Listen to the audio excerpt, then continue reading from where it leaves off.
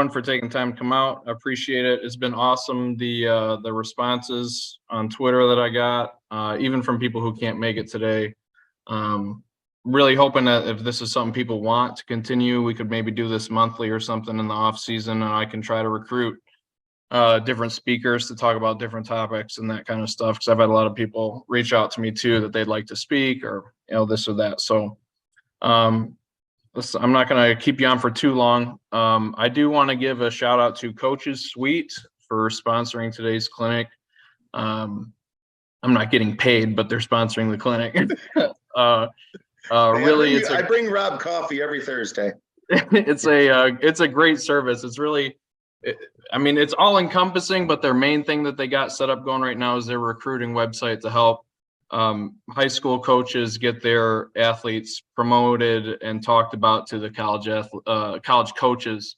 So that everything is set up in one spot, so it's nice and easy for those recruiters to come in and get everything going for them. Did either of you want to say anything else about it real quick, or let's just get rolling? All right, let's just get rolling. So our first speaker is going to be Kyle McElvaney, otherwise known as Coach Mac. Just finished his 18th season coaching at the varsity high school level, most recently finishing his 3rd season as special teams coordinator and offensive line coach at his alma mater, St. Mary Catholic Central, which is the 5th winningest program all time in Michigan since 1943. Prior to his time at SMCC, Coach Mack was a head coach at Dundee High School in Michigan, where his staff turned around a 0-9 program with 4 head coaches in 1 season to a 5-4 season, and also had stints at Delta Swanson, Anthony Wayne High School in Ohio.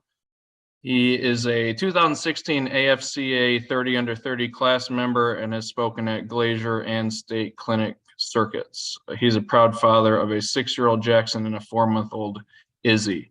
Coach, take it away. All right, fellas. First off, thanks for having me. Get this up and rolling, and just let me know if you don't see anything or. It's going to kind of sound like a random presentation, like I'm jumping around a little bit. I was supposed to speak at the Michigan High School State Clinic this past week, and I'm getting over RSV, respiratory virus. So I kind of pared that down and put together what I thought would work best here. So again, there's my contact information, and it's also in the chat there. I'm not going to spend a lot of time on this. Like Coach said, spent about a few years in Ohio at Delta and Swanton and Anthony Wayne before I moved on to Dundee, and then now I'm at my alma mater as the special teams coordinator, and then I'm also the director of our special education program there. Just thank you today, to Rob and Coach Flynn, and I always include these guys. My high school head coach. If it wasn't for my high school head coach, I wouldn't be here, without a doubt. And obviously our head coach at SMCC, Adam Kipp, our coaching staff and our administration. The guys I put on here, like Shane Graham, Jimmy Flint, and Brett Arklin, and Tim Spees, Tom Ostrake, Sean Satorito, and Ted Rath from the Eagles. Those are the guys. Like, I wouldn't be here. I am not the smartest guy in the world, but I know when to shut up and take notes, and that's why I'm here. And also put Jake Hartberger on there because having a guy that was a 4-year starter for Michigan State, so how good he was in high school, it kind of opened your eyes to how special and important special teams was, and thankfully I just didn't screw him up when he was in high school. I talked about my influences, but those guys I mentioned, if you look down there, that's some their contact information if you want to get in touch with them. A lot of good down to earth high school coaches. Just a quick little bit about my school. So it gives you a background to where we're coming from. We're a private Catholic school. We have about 350 students. We're located halfway between Detroit and Toledo. We're a Division VII school that plays in D3, 4, 5 league. We've been fortunate enough to have a lot of success, though. We carry around 30 to 35 students, athletes on our varsity, another 25, 30 on JV. And I always mention this because people think, oh, you're at a Catholic school, you're at a private school, you guys have every resource. No, We rent the public school stadium in town that's surrounded by barbed wire. Our practice field's next to a beer factory. I mean, we don't even have lines on our field sometimes. We didn't even have lines on our practice field till week 4 this year. So, I mean, we battle a lot. And just I include this in everything I talk about, but I just hope you guys realize whatever you do, whether you're at college, your GA, your student assistant, your high school assistant, whatever, you're making a difference in a lot of kids' lives. The statistics don't lie. These stats that I'm putting up on the screen right now, this is from a 2022 study in February. And that, if that doesn't make an impact on what you're doing, how many games you won or lost, I don't know what does. So for us, our core philosophy is there's something you can do every day. And for the high school kid that kicks and punts and does special teams or snaps, sometimes they don't understand that. They think, well, all I do is go out there and kick a ball or snap a ball. No.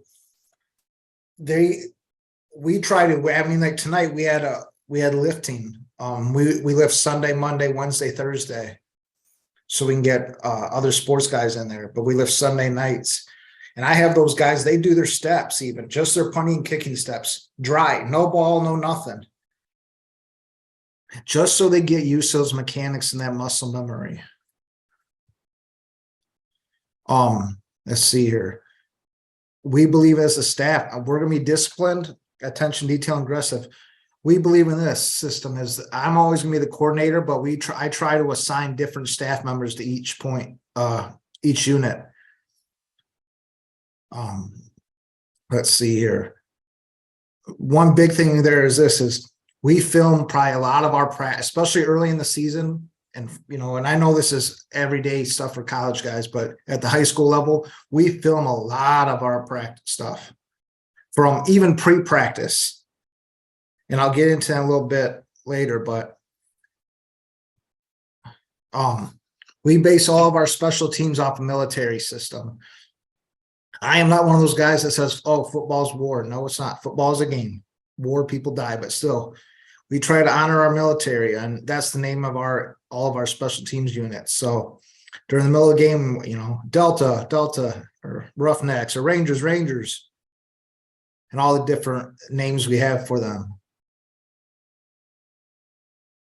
And again, I can send you this presentation as well if you guys want, so you're not trying to scribble as fast as you can. I know we're trying to do a lot of time here. So our call to arms, this is what we believe in.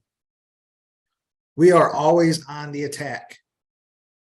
We don't play passive in special teams. We want to get the ball back, or we are trying to score, bottom line. I know that sounds simple, but for example, this year in the district championship game against undefeated Detroit Central, we were 5-6 going into the game.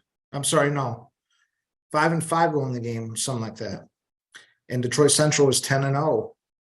And luck for us, our mentality is when we are on a defensive special team, our goal is to get the ball back. And sure enough, a 5'6", 150-pound kid whose only real role on our program was to run down like hell on kickoff. Created a turnover, we recovered, ran out the clock, game over. The second thing, we don't care about outside perceptions. We may squib kick or chip, or pop up, pooch kick, whatever you want to call it, the entire game. And people get pissed. They don't think, well, all you're trying to do is onside and you're giving them great field position. No, they just have two really fast dudes for us. We're going to do what's best for us, and we don't care about what anyone else's perception is. And, I was watching a clinic by Brian Mason, the special teams coordinator at Notre Dame, a couple weeks ago. And he had a great quote, and, pardon my language, but don't get up ball. And that's, kind of the mentality we take is we're going to play aggressive, and sometimes it's going to pay off and sometimes it's not. We also believe this: at the beginning of the season, starters must be able to play at least 3 special teams units every Friday night. Now, as we go through it, we want to develop underclassmen for those roles. And also another thing we do in practice is our coaches, I'll pick one, and usually it's our head coach. I'll tell him, hey, because I post our depth charts for kids to see in my office, is I want you to yell out if a random kid, oh, this kid's hurt, this kid's cramping, because I want to practice those situations of, oh man, that, this kid's up, this kid's in. Because otherwise what happens is that kid goes out, somebody didn't tell you he's out, or a trainer's looking at him, then there's 10 guys on the field and you're getting ripped, and yeah. So that's one thing we do. And then we leave no stone unturned. I'll show you an example of a scouting report we do. We watch film as a team every Thursday in addition to our before practice, and we're big on stopwatch. One thing we started this year, and we're going to change it a little bit, but Special Forces Warrior coins. So this goes to anybody that's played on 4 special teams units. Now, this is where you have to have some buy-in from your administration, your staff, and athletic director. Luckily, I have a good AD and a good head coaches. If they get one of these coins and they're with them, it entitles them to free admission to all varsity home games for the rest of as long as I'm around, at least, and our administration's around. And this is, you got to think about, these are guys that, might start on offense or defense, and it's still, they're playing at least 4 units.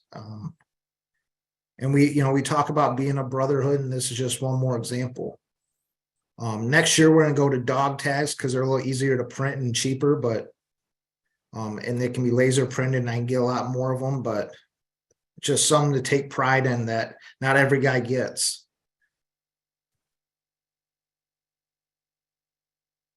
So I put this quote in here: leaders who don't listen eventually will be surrounded by people that have nothing to say.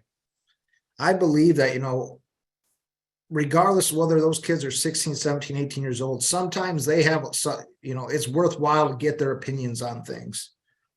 So one thing we do is an exit interview in January, and I'll send them a Google form. Some of it's identifying maybe things we didn't know. Maybe I didn't know about this kid that he long snapped in junior high and came to us and then just never spoke up. Then it could be about, did they feel like they really learned how to avoid blocks on kickoff?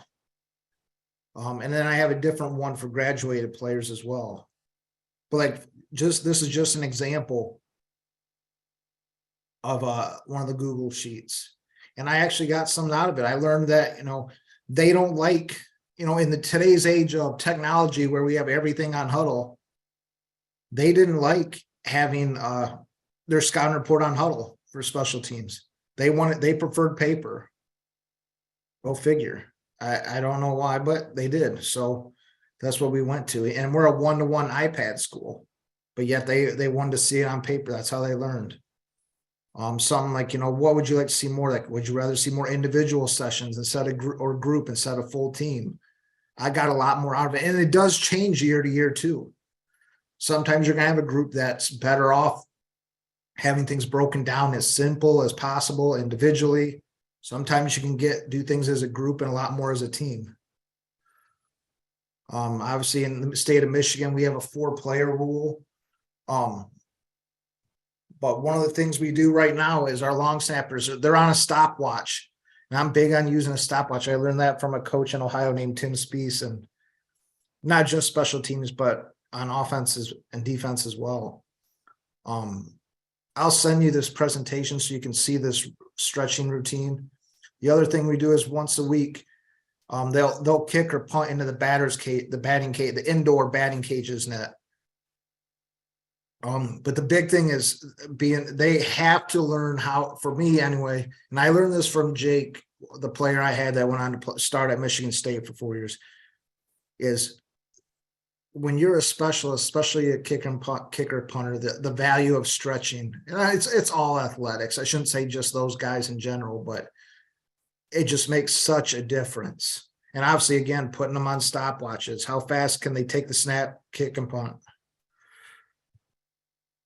Going into our summer stuff, These are just, this is nothing revolutionary. These are just all the different dynamic and static stretches that we do every warm up.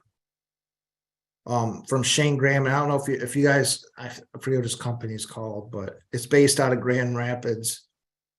And he played for Virginia Tech, played for Cincinnati, had like a 15-year NFL career, but he's out there on Twitter too. But just some different ways of building yourself up or building up your specialists, whether it's 5 days a week or whether you can only get them 3 days a week.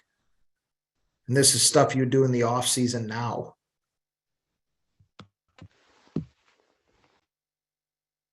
When we get to summer, so we have in Michigan, we get, I think it's 10 coaching days, something like that. For 4 to 5 weeks, we're gonna have a 1 OTA practice a week, 2 hours and 15 minutes. You ugly as shit. Okay. Where we're gonna go for 20 to 30 minutes of just special teams.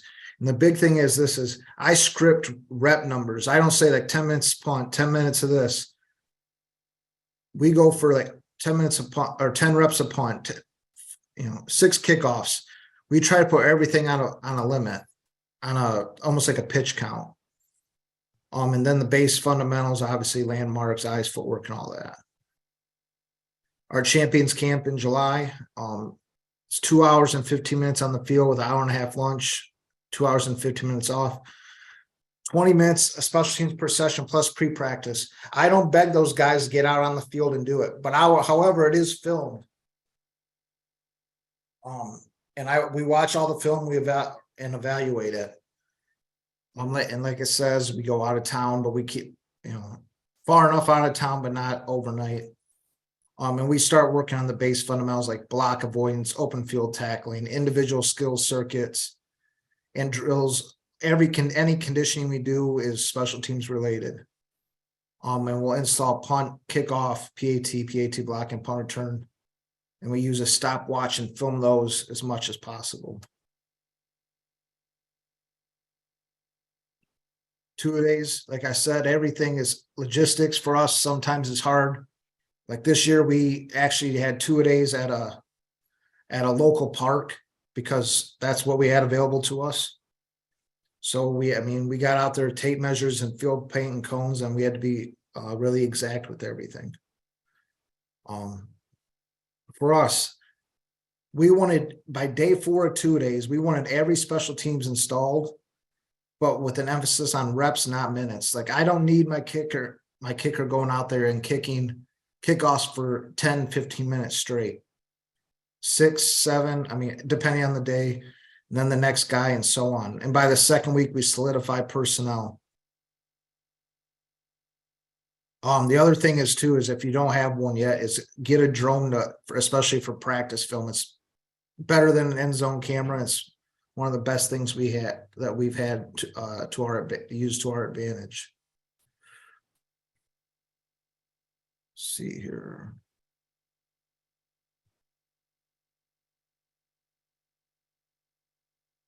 So you talked about a lot of this.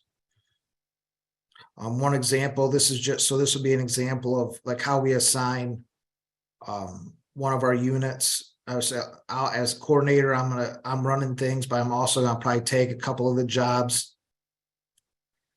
The big thing is this though, is like whether it's kickoff or punt, is we have a designated coach just for leveraging the football.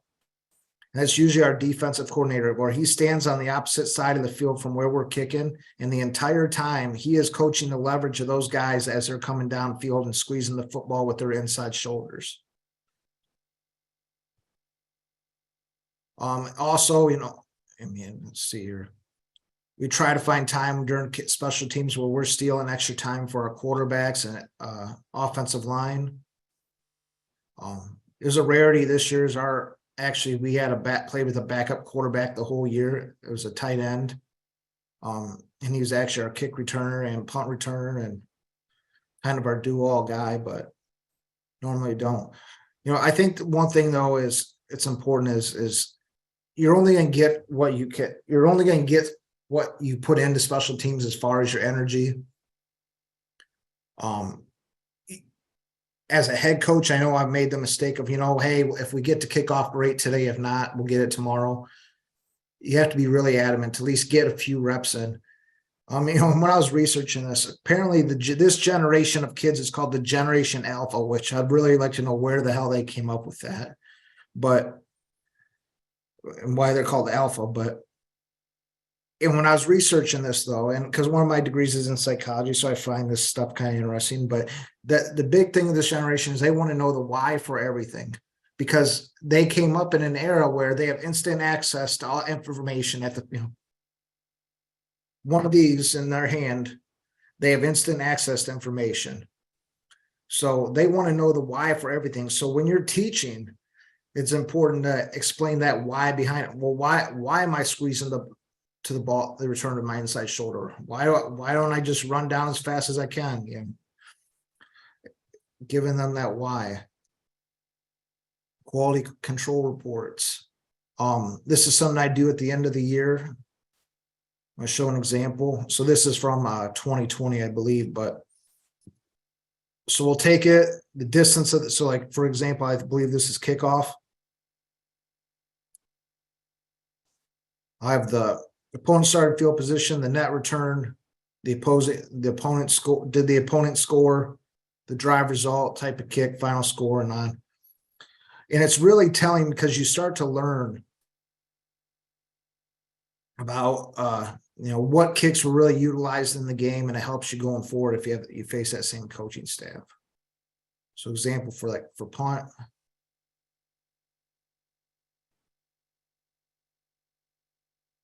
Same idea, yard line, the distance, the result of the drive, yards gained, all that, which punter we used, all that. And I can send you the spreadsheet as well. So scouting report. Our scouting reports are posted on Sunday morning on Google Classroom, and then they get a paper copy on Monday mornings. We also, they'll get a playlist, and I try to make about anywhere from 8 to 10 clips on Friday night, or by Friday night, early Saturday morning with coach's notes on it. And then Thursday morning, we'll watch 15 clips together, and I make sure I feed them. Our local Tim Hortons usually gives us donuts, bagels, hot chocolate, all that stuff. So for some reason, none of them really miss. I'm trying to get through this because I know we're short on time or limited on time. Some of the charts that I've used in the past, but of course, like it says here, this is assuming that you can kick. Your kickoff team can limit return teams to inside the 20. I maybe have had four out of 18 teams coach that are able to do that on a consistent basis. So you have to adjust those a little bit. And everybody's seen, the winning, go for it and all that. So for us, you can never have too many long snappers, holders, punters, and kickers. So when we're in summer camp in 2-a-days, and you have the group of linemen that are, taking their time getting out there because they're not specialists. Every lineman's going to practice long snapping or what I call short snapping for PAT field goals. I think it's important to know those obscure rules that are in the NFHS rule book. That Chris Ford that's out there on Twitter, he has a great presentation of rules as well that are really obscure that you wouldn't think of. Stop, watch everything. For us, like when we're putting together our kickoff team, we get every kid out there and they sprint from the 40 to the opposite 35. And the closest ones that are to 3.1 seconds, that's our 10 guys that are going to be on kickoff. Like I talk about, our kickers and punters, I put them on a pitch count. It's only so many reps. It's not about time.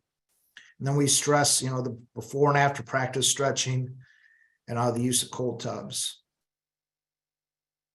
One thing I do want to say, we don't do any other awards except for this, and this is unofficial because I don't know, we might get booted out of the Catholic Church. Our D-line coach does this, and he gives them out. They're not helmet decals because we can't put them on our helmet, but they go on, the kids put them on their cell phones and iPad cases, but we do it for different special teams categories. It's kind of funny. So Scott reports. I talked about I've already kind of covered all this, so I'll get into it. Let's see here.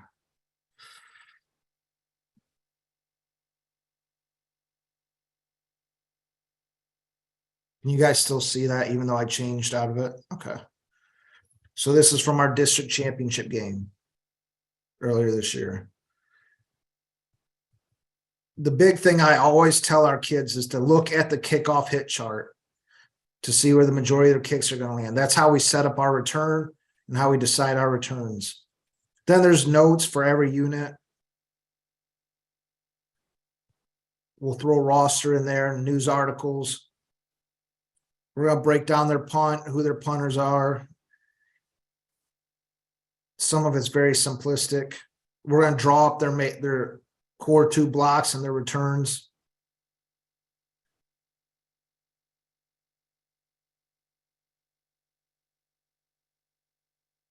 Like I said, this is the hit chart. This is really what I want our kids to look at.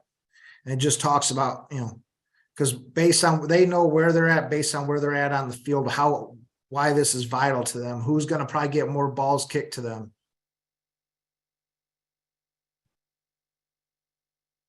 And it does determine our kickoff return alignment as well.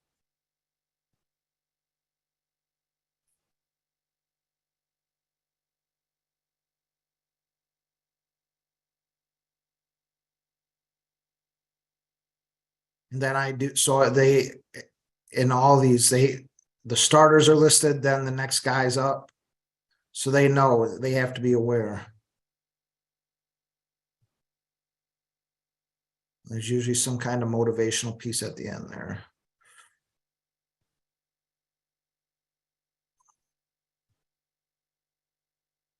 Let's see here. Just throwing this up there again, you guys can screenshot it or I can send this to you, but this is all the different situations we review in a week.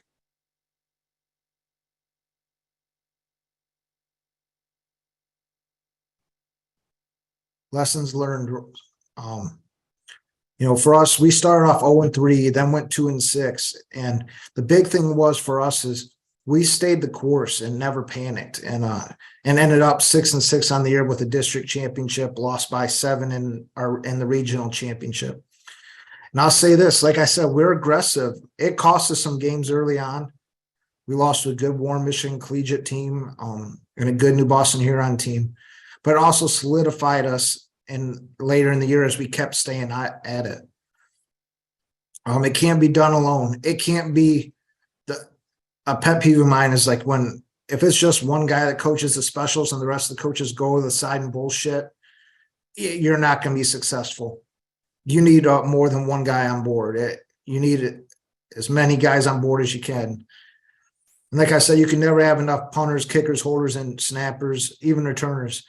We finished the year with our 3rd string long snapper, our 3rd string punter, 3rd string kicker, and our 4th and 5th string returners. But we were okay. We survived because those kids were doing it from June during pre-practice. Let's see here. Scripted reps over times. Last thing is this. I'll end with this, and because I put this in every presentation, and I know it has no bearing on special teams, but I think it's important to talk about is some unwritten rules. I heard this from the Duke. His name's Ben Albert. He was the defensive coordinator at Duke at the time. And then I kind of added to it over the years, but don't allow yourself to get so caught up that you forget to take care of the rest of your family. I made my family has sacrificed a lot. My kids have sacrificed a lot. And I'm sure yours have, and I know that's not exclusive to me. I know all your families have, for us to do what we do and help other kids. leave your ego at, check your ego aside, put aside individual differences for the sake of the kids in the program. Even if you're an assistant and you don't agree with the head coach, when it's your time, then you do your thing. But until then, you do what's best for the program. Never forget about the people that help you where you are today. That's why I always mention, the people that are my influences. Here's a big one: is help someone else climb the ladder. One of my proudest moments as a coach was last year. One of my former players was named head coach at a school and made the playoffs. I was more excited for him than for my own program, just because I'm starting to see it. You're starting to see like, oh shit, man, I'm really making an impact on somebody, and it's cool to see that. Don't sacrifice your integrity. Give back to the profession. Doing things like this, offering to meet with people, offering to help out your JV guys to understand schemes, or even your junior high guys. If you're going to leave for another opportunity, just do it the right way. And what I mean by that is be upfront and honest. Just be honest with, whoever your head coach is, your administrator. Loyalty is invaluable. Leave your ego at home, which is, no brainer, and never stop learning. The day you got it all figured out is probably the day you're going to get your ass kicked. So, with that, fellas, that's my contact information. If you want a copy of this presentation, just use that QR code. I really appreciate it. Or if you give me any feedback, I know I tried to fly through it. I didn't want to take up any more time than I had. But and thank you again to Rob, Coach Flynn, everybody, for listening to me. Take care, guys.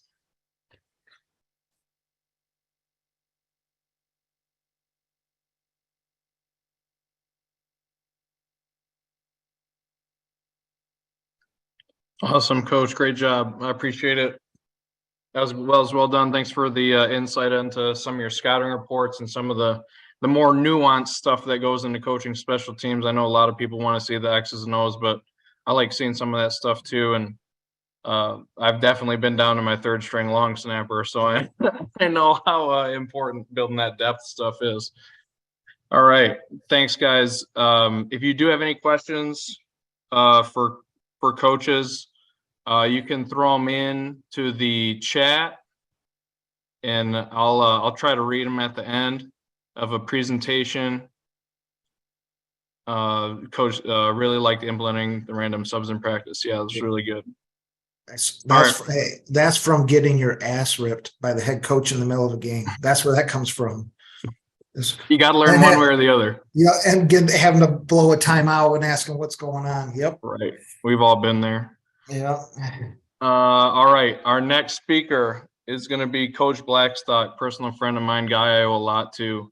I'm really glad he agreed to come on and do this for us.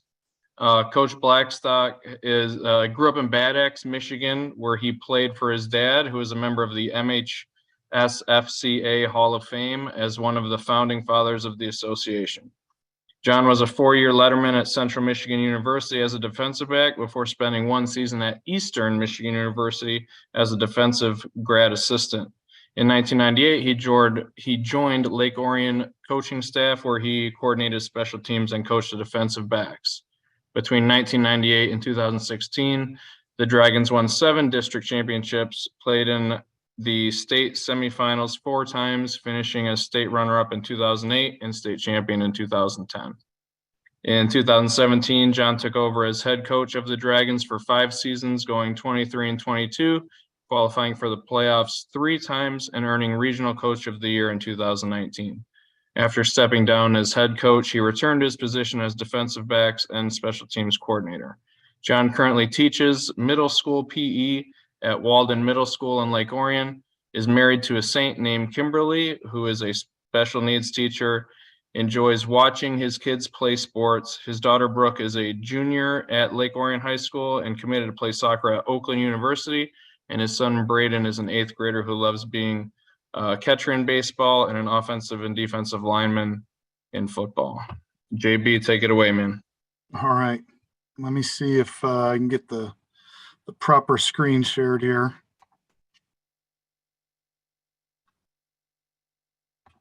Is it up there? I see your screen. Yes. The punt presentation. All right, cool guys. I'm going to talk tonight about punt. You know, one of the guys that said that he hates this unit. I'll be honest, this is a unit that I love coaching. And I don't know why. It's always been a unit that I've really enjoyed. I've definitely gone through some times of frustration with it, and until just recently really have struggled with finding exactly what I wanted to do. I've got some obviously contact information down there, and I'll share that again later. I'm going to skip over just kind of our special teams philosophy. You'll see that I'm really good at stealing things from other people. I'm a big believer in a lot of the Urban Meyer stuff from the book Above the Line, and that's where a lot of our just overall special teams philosophy comes from. In terms of punt, you know, a little bit of my background is I've been really well versed in pro spread, and that's what I had run for most of my career. And I've run shield a little bit here and there. You know, I'd get into it one year after being really frustrated with maybe having a lot of punts blocked in the pro style. And then after 1 year in the shield, I'd go back to the pro style because that's where my comfortability was, because that's what I had played in college. And that's what I had coached most of my career. And I really want to find a hybrid of both, because I've see a lot of good aspects in both of the units. And then there's some things that just we struggle doing in the pro style in our league. Our league has got some really great football schools in it and some really great football coaches. And there's a number of weeks where we're just outmanned by guys that are faster, bigger, and stronger than us. And I felt in the pro style that we're kicking back in our protection, while their guys who are already bigger and faster and stronger are just down in a 3-point and coming hard after us. And they're being really aggressive, and our technique is making us really, really passive. Yet in the pro style, I felt really comfortable in the rules base of the protection scheme, and I knew how to fix things if they were going wrong, and I knew where the problems were. Yet in the shield, I loved the aggressive technique, and I loved getting down the field into coverage. So I kept looking for something that was a combination. And, you know, I found it really with, it's funny, we were talking about Matt Mitchell at Grand Valley. I went to one of his presentations and really fell in love with what he was doing, made some tweaks to it, but really stayed pretty much with what they've been doing at Grand Valley. And that's where the philosophy is. Formation, we look a lot like a pro spread. I think if people watch us, that's what they would think we are. Our rules-based protection looks a lot like a pro spread, but our blocking technique and our coverage is very shield-like. And like I said, we can't go backwards in our protection, and we've got to get downfield because of the returners that are in our league. Okay. I put a special thank you down there just to some guys that have been important in my special teams development: Frank Novak, Matt Mitchell, who was at Grand Valley, and it sounds like he's going to Wisconsin now, and then Jay Harbaugh at the University of Michigan. I've got Taylor McCarty down there. He's our specialist coach. He's actually in the session tonight. He punted for us a few years ago at Lake Orion, and then punted at Wayne State, and does a tremendous job of teaching our guys. So he might even jump in here a little bit and talk about how we coach our punters. Here's a little bit of data on us in the past years. Where I highlighted 2019, we were a shield team, and I loved it that we had no blocks. But again, I just didn't feel comfortable in the shield because I felt like we didn't have guys that were real good on a consistent basis that I could put back there. You know, I see the colleges and they've got their second string offensive line and defensive linemen back there that do a great job. And I felt like our second string O-line and D-line kids weren't going to stand up and be able to protect against the guys that were rushing against them. So I highlight in this data that, you know, we had a number of kicks blocked, and that's why I knew that we had to make a change. And I was really happy to find the system that I did. I put down at the bottom of the sheet in the red, I think this is a really big statistic for us this year. We had 22 punts that were not returned, that weren't fielded by returners because of directionally punting it and intentionally just trying to get the ball away from their returner. And we only had to really cover 7 punts. Now, obviously we covered those other 22, but we didn't have to make a tackle because the ball wasn't returned on we only had to tackle the guy 7 times throughout the season, which I think was a huge help to us in terms of our average, with one of our best years average. Obviously, you see up here in 2015 and 16, we had a great average because Taylor, who's now our punting coach, he's a college punter, punting it for us. But we don't have that every year. We share this with the kids, and I'm sure you probably do too. We feel it's really important that depending on where the ball starts, it obviously increases the chance of them scoring. The closer the ball gets to their end zone, it obviously increases or raises the percentage that they're going to score. So we want to try to pin them deep. On punt, we talk a lot about flipping the field. This year, we used just a 30-yard field flip as our goal. I think 35 yards is something that would be really a better goal for us. But in this new system, I just used 30 to see where we were at. And I show the kids that, hey, if we start out on our goal line and we punt it down to the 30-yard line, we've increased or cut their chances of scoring by 19%. If the ball's on the 20 and we punt it out to the 50, we've decreased their chances by 28%. And then you can just see how it works down the field. And I think it's important for kids to see that, that 30-yard flip, and if we go beyond a 30-yard flip, it's increasing our chances of holding them out of the end zone and decreasing their chances even better or even more. All right. In our system, you'll see that we do look, like I said, very pro stylish. We have 2 missiles or 2 gunners, 1 on each side, and how they line up depends on where the ball is. Ball in the middle of the field, those missiles are going to line up top of the numbers. Okay.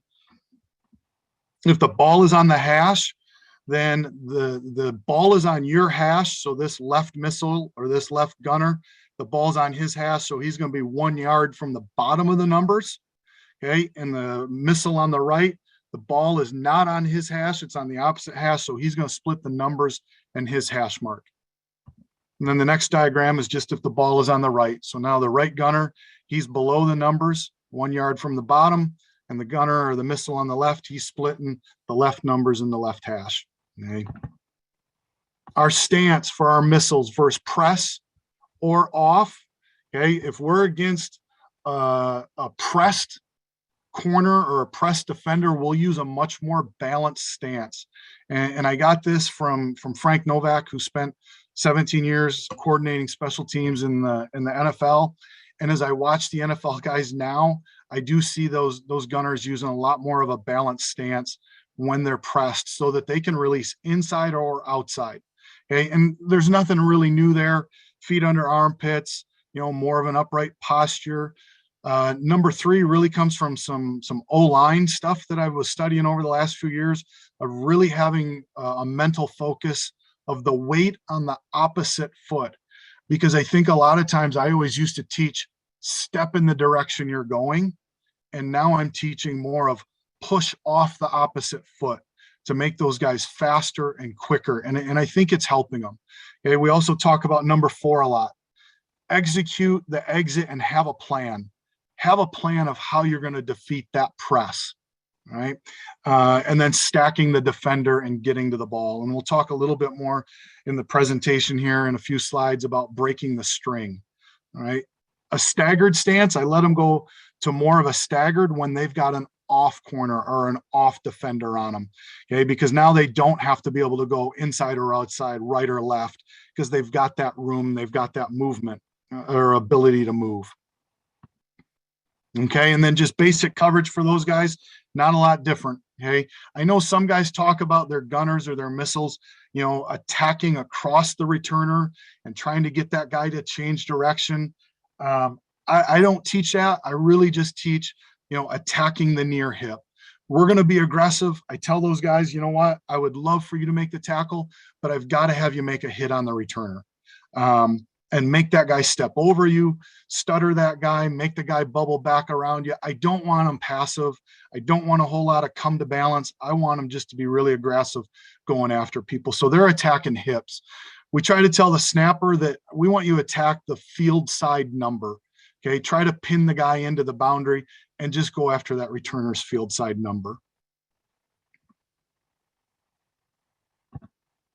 In our protection, okay, And this is the big thing, what people are probably really looking at. We do have a man side and we have a zone side. When we talk about the best man-to-man guys there are, I think Michael Jordan and Deion Sanders, okay? In our man side, on the man side of protection, we've got a 2-yard split, and we really want to widen those defenders. Now, on the man side, we start out with a 2-yard split, okay, between the guard and snapper and the guard and the tackle. They can cut their split down if they feel really threatened, okay, because they've got to get their man. All right, but we want to try to widen them as much as they can, but I do let them cut down a little bit. Where on the zone side, you're going to see, we do not allow them to cut their split at all, okay? On the man side, we're always going to try to call the protection to create angles so that our guys who we feel that are probably a little bit smaller, maybe a little bit weaker than some of the guys they're going to go against, do have an advantage of blocking those superior rushers. So we're always going to create angles. Okay. And if your man doesn't rush when you're on the man side, we want you to hinge back. Okay. Like a lot of times you'll do in pass protection. Okay. On our zone side, our zone protection, you'll see must keep 2-yard splits. We've got to widen defenders. Okay. You're going to protect your inside gap whenever you're zoning. Okay. Must stop his charge. Now, we're going to try to get connected with them, and I'll show you what connected is here on the next slide. But if I tell the kids, if you have to flatline that rusher, then go ahead and just flatline him right down the line. And I've got a good diagram coming up here in a couple slides that'll show you that.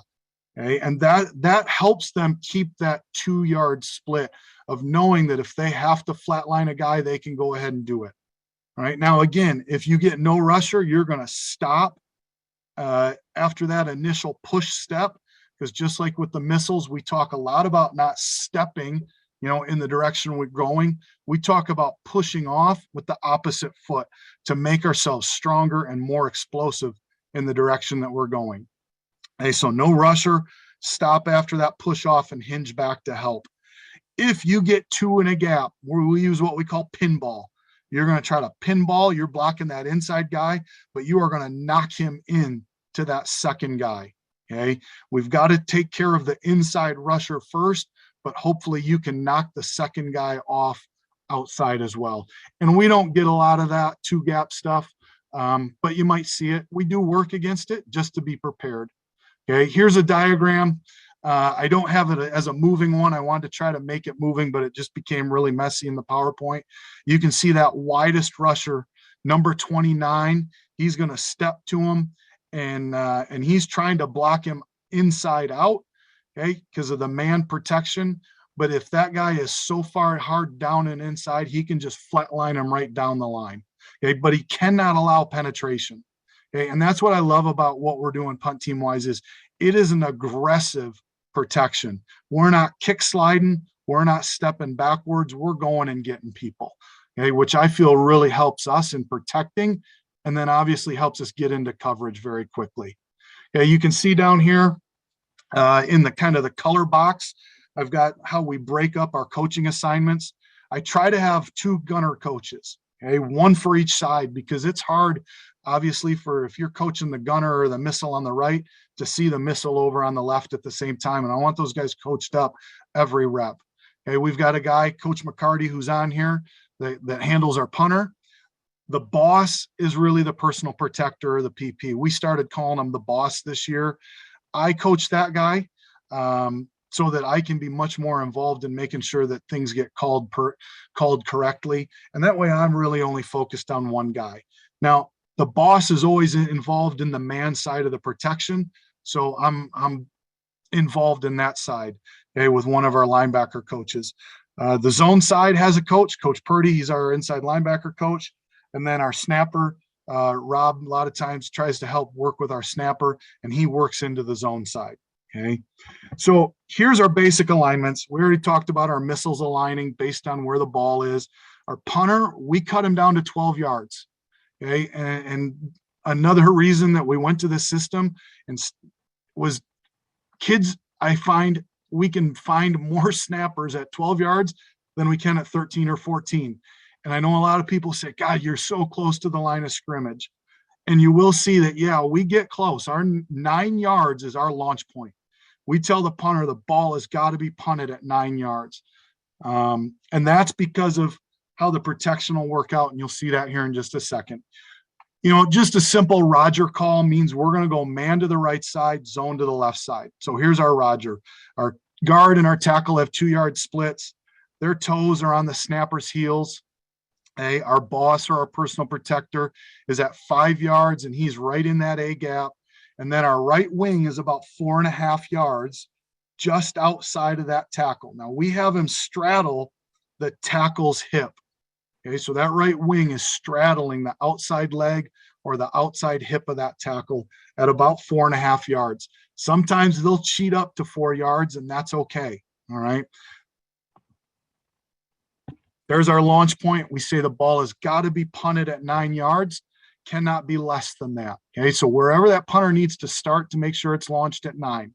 Again, on the zone side, our left side right now, we're 2-yard splits.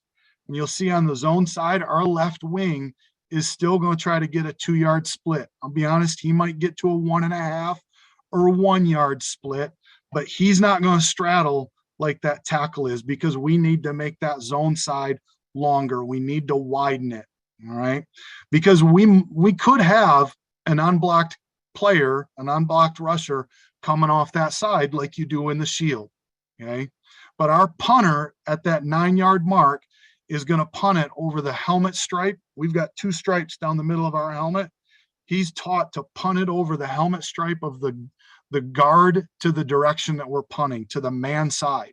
Okay, so he's punting it over the right guard's helmet, which helps get him away. Taylor, if you're on here, can you unmute yourself and talk just real quickly on what you teach the punter in terms of the steps to get him aimed over that right guard? Yeah, I can easily do that. So this year we did not have a true punter. He was a wide receiver and a safety. So originally I was teaching the normal 2-step approach to the punt, but we were realizing just with his lack of experience and lack of just punting in general, and he had a really strong leg. That's why we chose him.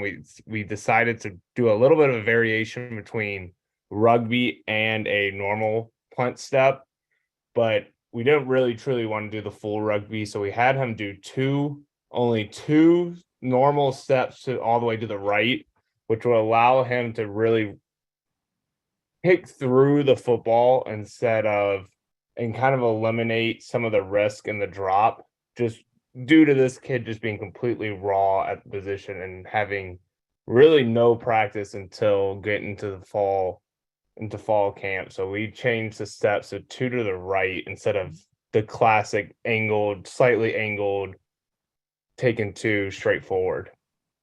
Yeah, because our head coach, who's really supportive of special teams, he has one rule for us on punt. And the one rule is if there's a bad snap, the punter's got to be able to do something with the ball. So sometimes, we've got a kid we think could be a pretty good punter, but if he's not a real good athlete, our head coach isn't going to allow us to put him back there. So, this is a system that we felt really fit us because Taylor can just take a kid that's a good athlete and we do just kind of that soft roll to get him over the right guard. Okay. Everybody good on this so far, man side, zone side? Any questions of things you're seeing? I'll get into some, different situations of how we block an even 4 on each side. And then we'll even get into some diagrams of overloads of 5 on one side and 3 on the other side and how we handle those. But any questions before we move into that? Hey, Coach, does your snapper have to block somebody? I don't know if I missed that. Yeah, no, you know what? I didn't cover it. And that's a really great question because the school I got this from, Division II school here in the state of Michigan, they presented this and they said they went to this because they don't have their snapper protect at all. He snaps and goes because we know how hard it is to find a kid that can snap and do a great job of protection. Now, in the pro style, which I've been so accustomed to, we always had to snap and protect. So I start out with him not protecting. He just snaps and goes. Now, there are some of the overloads, when he hears an overload call, I tell him, your job is snap, and I would like you to really try to help just exit through the direction where the overload is, to kind of chip on the closest guy to help. But no, he doesn't have an assigned man to block to take that pressure off him. And that's why we sometimes have one on blocked coming off that zone side. Other questions? All right, so our guards, our tackles, our wings, and our boss, they use the same balanced stance that our missiles and gunners do, okay? And I'm not going to read through those 5 things because they're really the same that you would teach in any balanced, 2-foot stance. Okay, I think the big thing is we do really try to teach kids read the demeanor down at the very bottom. If the man across from you has his eyes on you, he's probably going to hold up you. There's probably not going to be much of a rush. He's coming at you, trying to get hands on and hold you up from getting down the field. Okay, if he's got eyes on the ball, man, he's locked in on that ball. He's going when the ball is snapped. He's coming after the punt, and you better get ready to block him. Okay, so we really try to teach kids, use that cheat code of read his eyes, read his demeanor. All right, so blocking. Blocking is all about, I've tried to study a lot of offensive line stuff. Blocking is all about hands and elbows being screwed inside and moving your feet. And I think the screwdriver, I put visuals up there to try to remind the kids of get your hands inside, like the O-line teaches, with those thumbs up and out. And with the screwdriver, the whole point of that is, kids, when you're screwing a screwdriver, your elbow comes which direction? In. And when you're trying to loosen that screw with that screwdriver, your elbow goes out. Right? So you're weaker, you're loose when you're going out. You're tighter when you're screwing that elbow or screwing that screwdriver in. Okay. We talk about connected and disconnected when you're blocking. Okay. And connected, you'll all recognize, is just a really good football position. Okay. And I talk to the guys about when you're connected, man, you can hold. All right. Your hands are inside of the framework. You're in control of the clasp, and we'll talk about clasp here in a minute. You're hip to hip, shoulder to shoulder, belt buckle to belt buckle. Okay, when you're disconnected, you cannot hold, and that's where the penalties come, and that's where the holding calls are. And we talk a lot about the best block when you're disconnected. The best block is no block. All right, you got to get your hands off. You cannot hold anymore because your hands are outside the framework, and that's when the refs see the hold. We also talk about this thing called clasp, because I'm really big into coaching, like in buzzwords. I can yell to a kid, or any of our coaches can yell, hey, you weren't connected. And they should understand what we're talking about. We don't have to get into a big dissertation or explanation of what it is, because we're going to go through this PowerPoint with them at the beginning of the season. I'm going to send it to them on their phones. I'll give them paper copies. We'll also talk about clasp. Now, they're probably not going to remember every word of what clasp is, but they should have a pretty good understanding of the position and what clasp is by being, again, we just talked about connected, hip to hip, buckle to buckle, facing the guy. You're low. We don't talk about low, we talk about eyes under chin, because I think that's the best example kids can use in coaching themselves. I used to teach bend your knees, Z in the knees, get lower, drop your hips. Kids think they're doing that. But when you say eyes under chin, they can immediately self-evaluate and know whether they're under the guy or not. It's also a good measuring stick for you and your coaches. A in clasp is aggressive. Go get them. The S is shirt. Dig your fingers into his shirt. Wearing the shirt around that breastplate, grabbing that plate of the shoulder pads.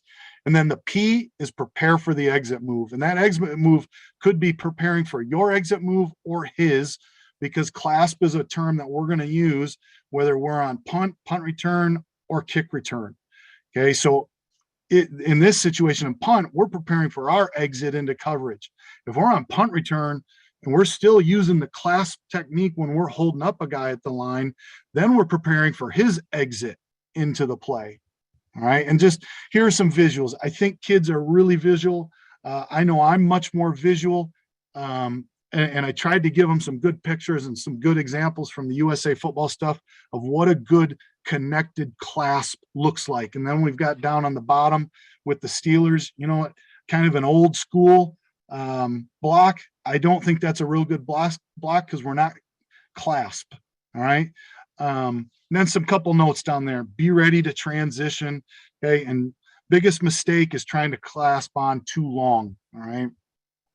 So here's the coverage we already talked about. Roger, which was our man side on the right, our zone side on the left. We're punting it over the right guard. We can also go Louis. All right. And we can go the man side on the left and zone it on the right. And there's times to do both, and we'll use both. I think you'll find that you do start using one more than the other just because of comfortability. But as the season went, Taylor and I got really good at communicating with each other of, hey, we probably need to run, a Louis on this one because where the ball is on the field, or we've gone a couple of Rogers and we need to change it up a little bit so people can't scheme us up with blocks. All right.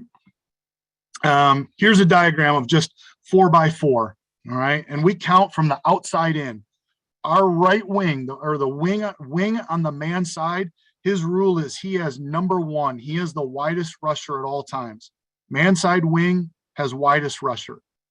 The boss, or you might call him the personal protector, he always has the least likely to rush. Okay, so if there's a guy off the line of scrimmage on that side, on the man side, he's going to call out that guy's number and he's going to take least likely to rush.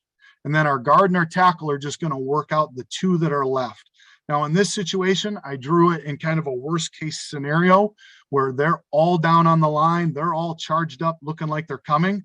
So in that situation, our boss is going to try to help the guys out by creating angles. So our right guard can go down on the 4, the tackle can go down on the 3, and the boss is going to take the 2. And we know the right wing, or the man side wing, always has 1, so that we all get angles.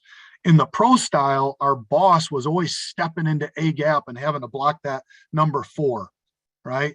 Which I just don't like doing that because I don't like making our boss go nose to nose with a kid that's probably a defensive lineman. And in our league, they're probably a Power 5 defensive lineman from Clarkston or Southfield A&T or West Bloomfield. That's why we're trying to create those angles. This one, he'd be calling it a firm, because in our pass protection, they call it firm, and that boss or that personal protector, a lot of times for us, is a running back kid. So he understands that firm call. Now, I put in the red box, we can fan it. If they felt comfortable, that boss could take the 3 and the right tackle could fan to the 2. All right. But a lot of times we just go firm, firm, firm right there. Okay. On the back side, the zone side, you can see they're pushing off their left foot. They're all zoning inside and blocking their inside gap. Right. The left side one, yep, he's cut loose and he's coming unblocked. And that's why our punter is working over that right guard and punting over the right guard. And that's why our left side has to keep the 2-yard splits. And if they don't get a rush in their inside gap, then they can turn back and help. Okay, just like in a lot of pass protection. All right. Questions about that kind of Roger with just a 4-on-4? Hey, Coach, I have a question. Yep. In practice, just when you guys are working this on your man side, do y'all ever work any, obviously twist looks that you may get from that 1 and 2? Yep, for sure. And we haven't got a lot of twists, but we do work a lot of twist in practice because I'm always concerned about it. Yep. And we still try to tell that right wing, you stay on 1. Right. And boss, you take the 2. If that 2 is looping outside, he's not going to get there.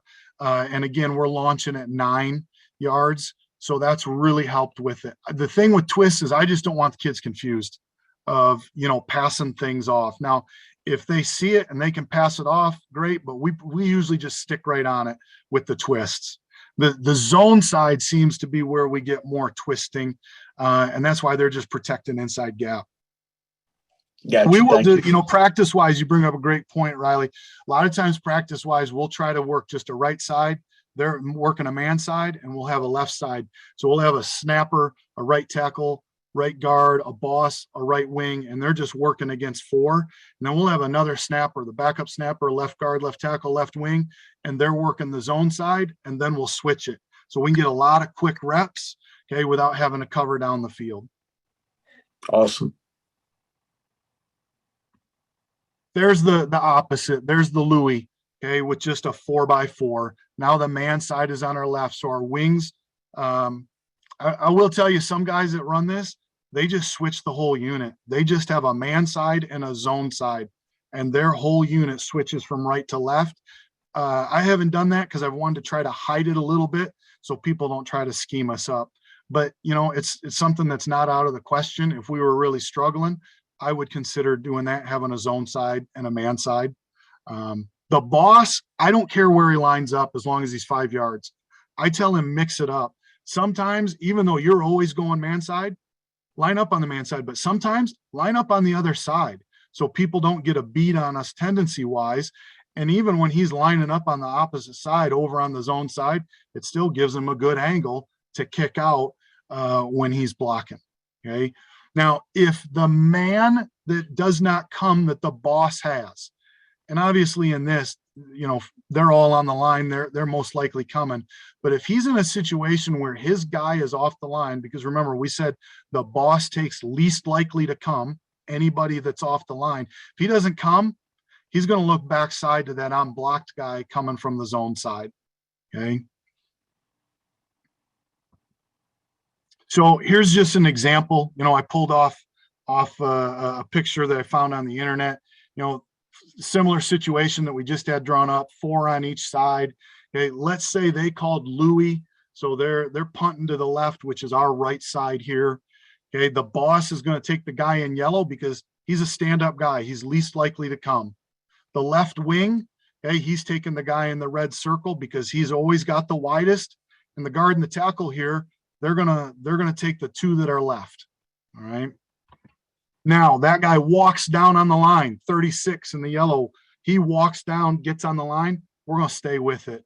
We're not changing anything. Is it ideal that that boss has to step into a gap and go nose to nose with that guy? No, it's not ideal. I'd rather have angles, but I'm not going to have things changed once they get that initial call. Now, if they lined up like this, I would expect that that guard is going to block down on the guy in the yellow circle. Okay. And that tackle probably going to block down on the second man. And then the boss is going to block out on the second widest to give each other, you know, angles. You know, and there's the protection. There's the man side. They're all manned up. There's the zone side of it. And you can see the guy coming clean off the far edge, but they're punting it over their left guard. So, you know, we haven't had a problem with it. Okay, so there's the 44, 4 on each side.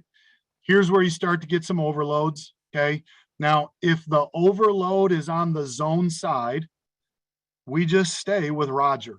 Okay, now our boss is going to call 53 because 5 on the left, 3 on the right, 53 Roger, and Canada is just telling everybody stay with Roger, but the boss is going to go across the border.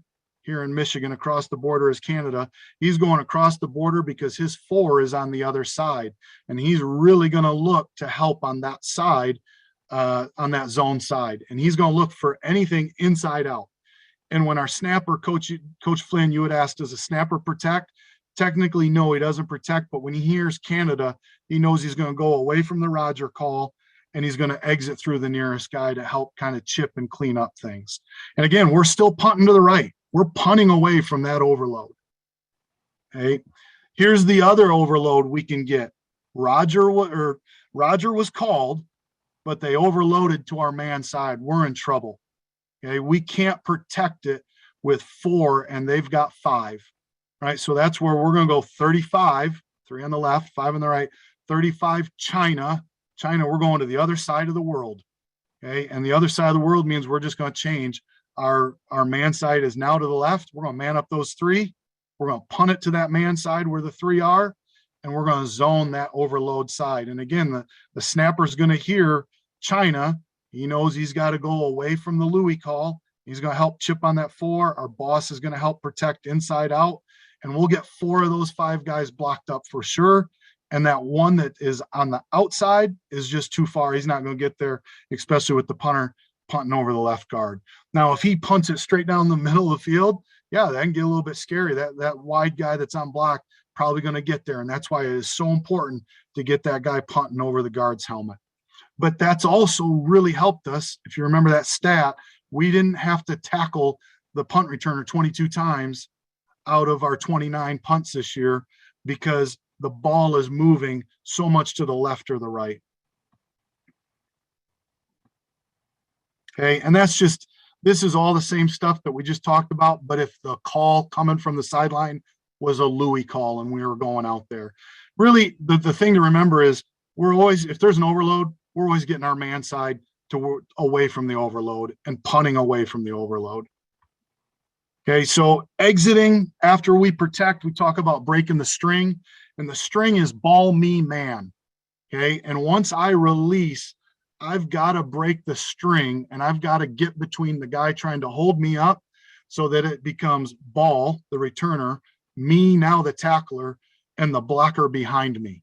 Okay, but we also use this string concept in our return game of, again, always having ball, me, man. When I'm protecting for one of my returners, I got to stay between the ball and the guy that I'm blocking.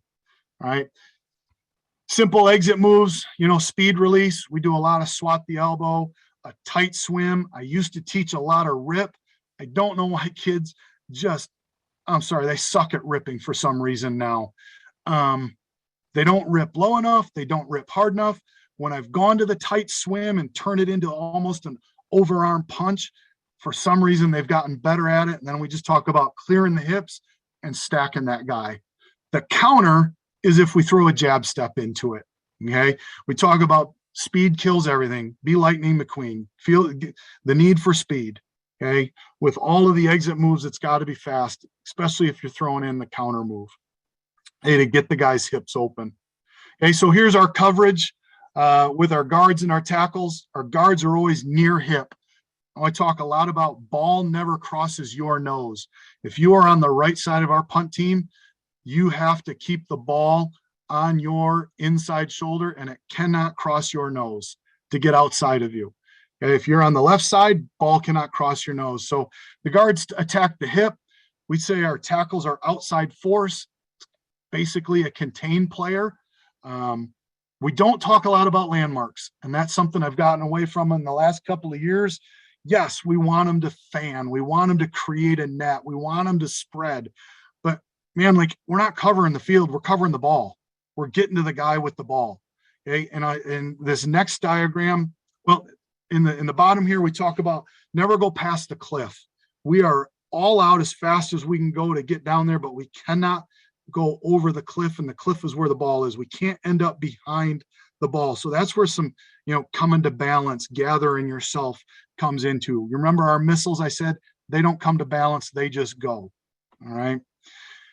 Here's why I'm not concerned about, landmarks as much in our fan is because our wings, they become fill players for us.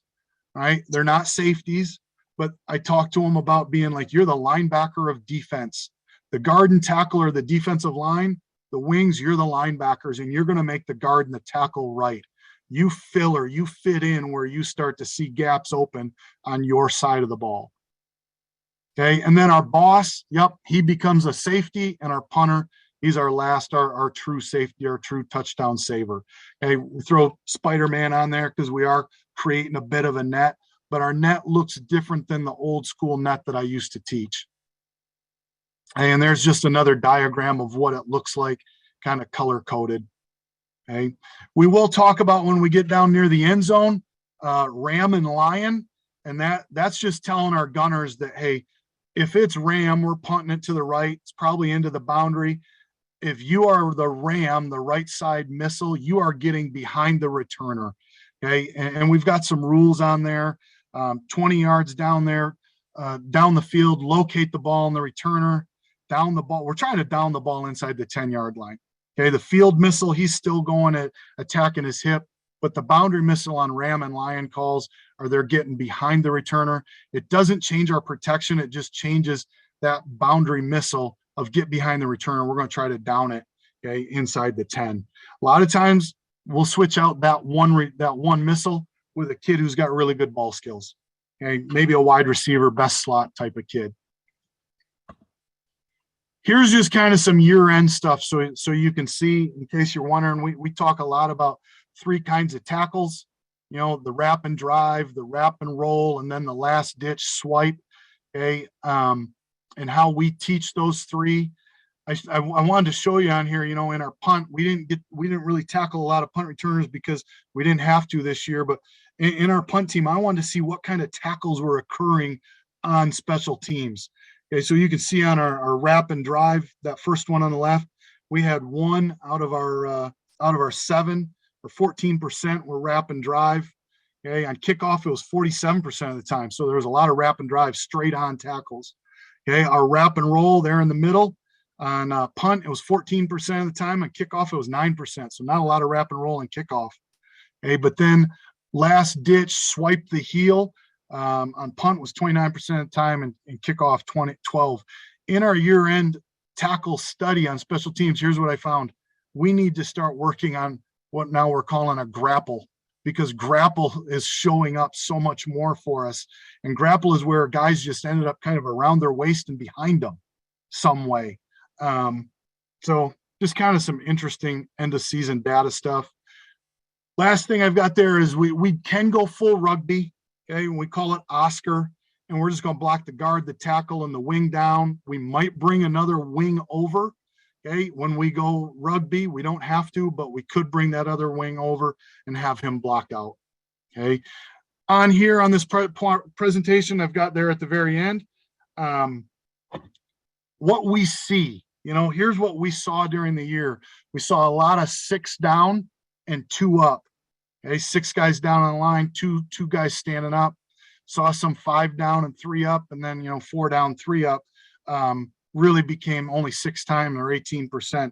I wanted to see what we were seeing. What I noticed was we're just getting a lot of hold up. We're not getting a whole lot of full block, and we're not getting a whole lot of wall returns, which really surprised me and shocked me. Okay. Last thing, I know I'm going over here a little bit. Just wanted to give a little shout out to 2 groups, Coaches Suite, you guys have heard about. Love to help you guys with some of your promotion and recruiting of your high school athletes. And then if you're looking for a guy to help you with mental performance of your athletes, this guy, Kevin Grammons, we brought into Lake Orion 5 years ago. He has a little business he calls Target Mentality. Outstanding job of helping kids and coaches on the mental side of performance, how to calm themselves, how to get themselves back and recentered, and self-talk and things like that. Just does a great job of putting it into action. All right. So if you're interested in that stuff, check out those guys. I appreciate your time. Sorry if I went over there a little bit. Reach out to me anytime. Love to talk, love to share things with you, and can't wait to hear our next 2 guys. JB, thanks, man. That was awesome. Knew you'd knock it out of the park, man. Did not disappoint. Checking the chat for questions right now. Jimmy asked a question. Other than Shield personnel issues, what are some other reasons why you prefer your scheme over the tight Shield? Yeah, for me, it was just really the 3-man, the 3-man Shield, the personnel of it. And I think, you look at our protection, it is really shield protection on the line. A man side, a zone side, exiting out and getting going. We just took those 3 kids out of the back and moved them up. And that's really the only difference. I love the Shield. If I coached in college, I'd probably run the Shield. If I didn't run this, but probably the Shield. And then what are some issues that you experience running your current scheme, if you have any? You know what, with this being the first year of it, it sounds crazy. The thing that concerned me the most, it was not a problem, but it keeps you up at night before the game on Thursday night, was when people stayed in safe, defensive stay or defensive safe, and they would have like 4 down and 3 linebackers up, because I was concerned, were the kids going to communicate well enough on the field of who they had on the man side. They did a great job of it because we worked a lot. So it was never an issue, but it was just my own, concern of it. For sure. Thanks, man. That was awesome. All right. I didn't see any other questions in there, so we're going to move on to our next speaker, Kyle Trago, who has the opposite side of the coin. He's going to talk punt return. A little bit about Kyle, special teams coordinator and linebackers, recruiting and social media at North Murray High School in Chatsworth, Georgia. Played college football at Jacksonville State University in Alabama, and he has over 5 years experience training kickers and punters. Really excited for this one because he has a Southern accent, which means he has to know football. Let's go, Coach. I appreciate it. I appreciate you guys having me. Like I said, I'm the opposite. I'm talking about punt block and punt return. Being down here in Georgia, I'm in Chatsworth, Georgia at North Murray High School, and we're a 2A school. We were a 3A school. But we take pride in special teams, and pretty much since 2016, we've made it to 7 straight playoff appearances, and we won a region championship as well. And really, it's putting all 3 phases together. And really today, we're going to talk about, well, how can we build a quality punt return unit, especially with seeing various formations and various approaches from the punt units. So a little bit about our philosophy is be aggressive. All right. We preach that in any phase of special teams, we're not going to be passive. We're going to be aggressive. And what that means for us on punt return is we want to be so aggressive that we either block the punt or we force bad punts. Coming from, I was a former kicker and punter until I got to college and I got, moved positions. I remember just, when you're back there and you're looking, right here at your PP, you're looking at your snapper, and you see who all's on the line of scrimmage. You kind of the hairs on the back of your neck stand up, and you start to kind of feel that pressure. So we pride ourselves on being aggressive and showing basically a use of force on this unit, and we'll get into that here in just a second. But also, we want our returners to field every ball. Now, granted, is that going to be 100% of the time? No, just because you're going to have punters that are going to shank it. You're going to have guys that are very raw, where you're not going to really get a ball that's fieldable. But if this ball is fieldable, we want our guys busting it to basically field this ball. All right. We also want to block aggressively with technique and under control. All right. And this is not necessarily for our block guys. This is for our control the line of scrimmage guys, and I'll explain that here in just a second. But we also have to have a touchdown mindset. One thing that I try to preach to our guys is that it takes all 11. And all 11 guys, when you get out there on the field, you have to have the mindset that we can score a touchdown on this unit. And I feel like that whenever this is preached over and over again in the offseason and leading into the season, everybody's bought in, and you reduce the amount of guys that are on the defensive side of the ball that are staying out there to take that 4th down rep off. And that is one thing that just kind of takes repetition. It takes repetition. It takes talking to these guys and repeating over and over again, hey, look, we're out here to block punts or score a touchdown. Everybody's got to do their job. And eventually you get that buy-in and you start seeing success as you go. At least, that's kind of what we've seen. And also, we got to study our opponent. And it's not just for, myself as a special teams coordinator, but it's also for our players. Our players, they have to do their job, when they're away from practice. So we preach to them that, you guys have got to watch film. You got to watch film in this phase.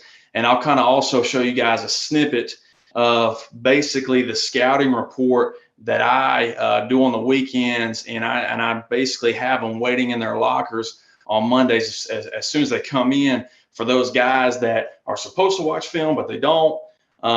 This makes it to where they can look and they can read everything and they know exactly what to expect when they walk out there. And also, we got to make sure that we went on our weekly goals, and we'll look at what that is here in just a second. All right, but basically, how do we block or force bad punts? Well, first off, we got to know the block point.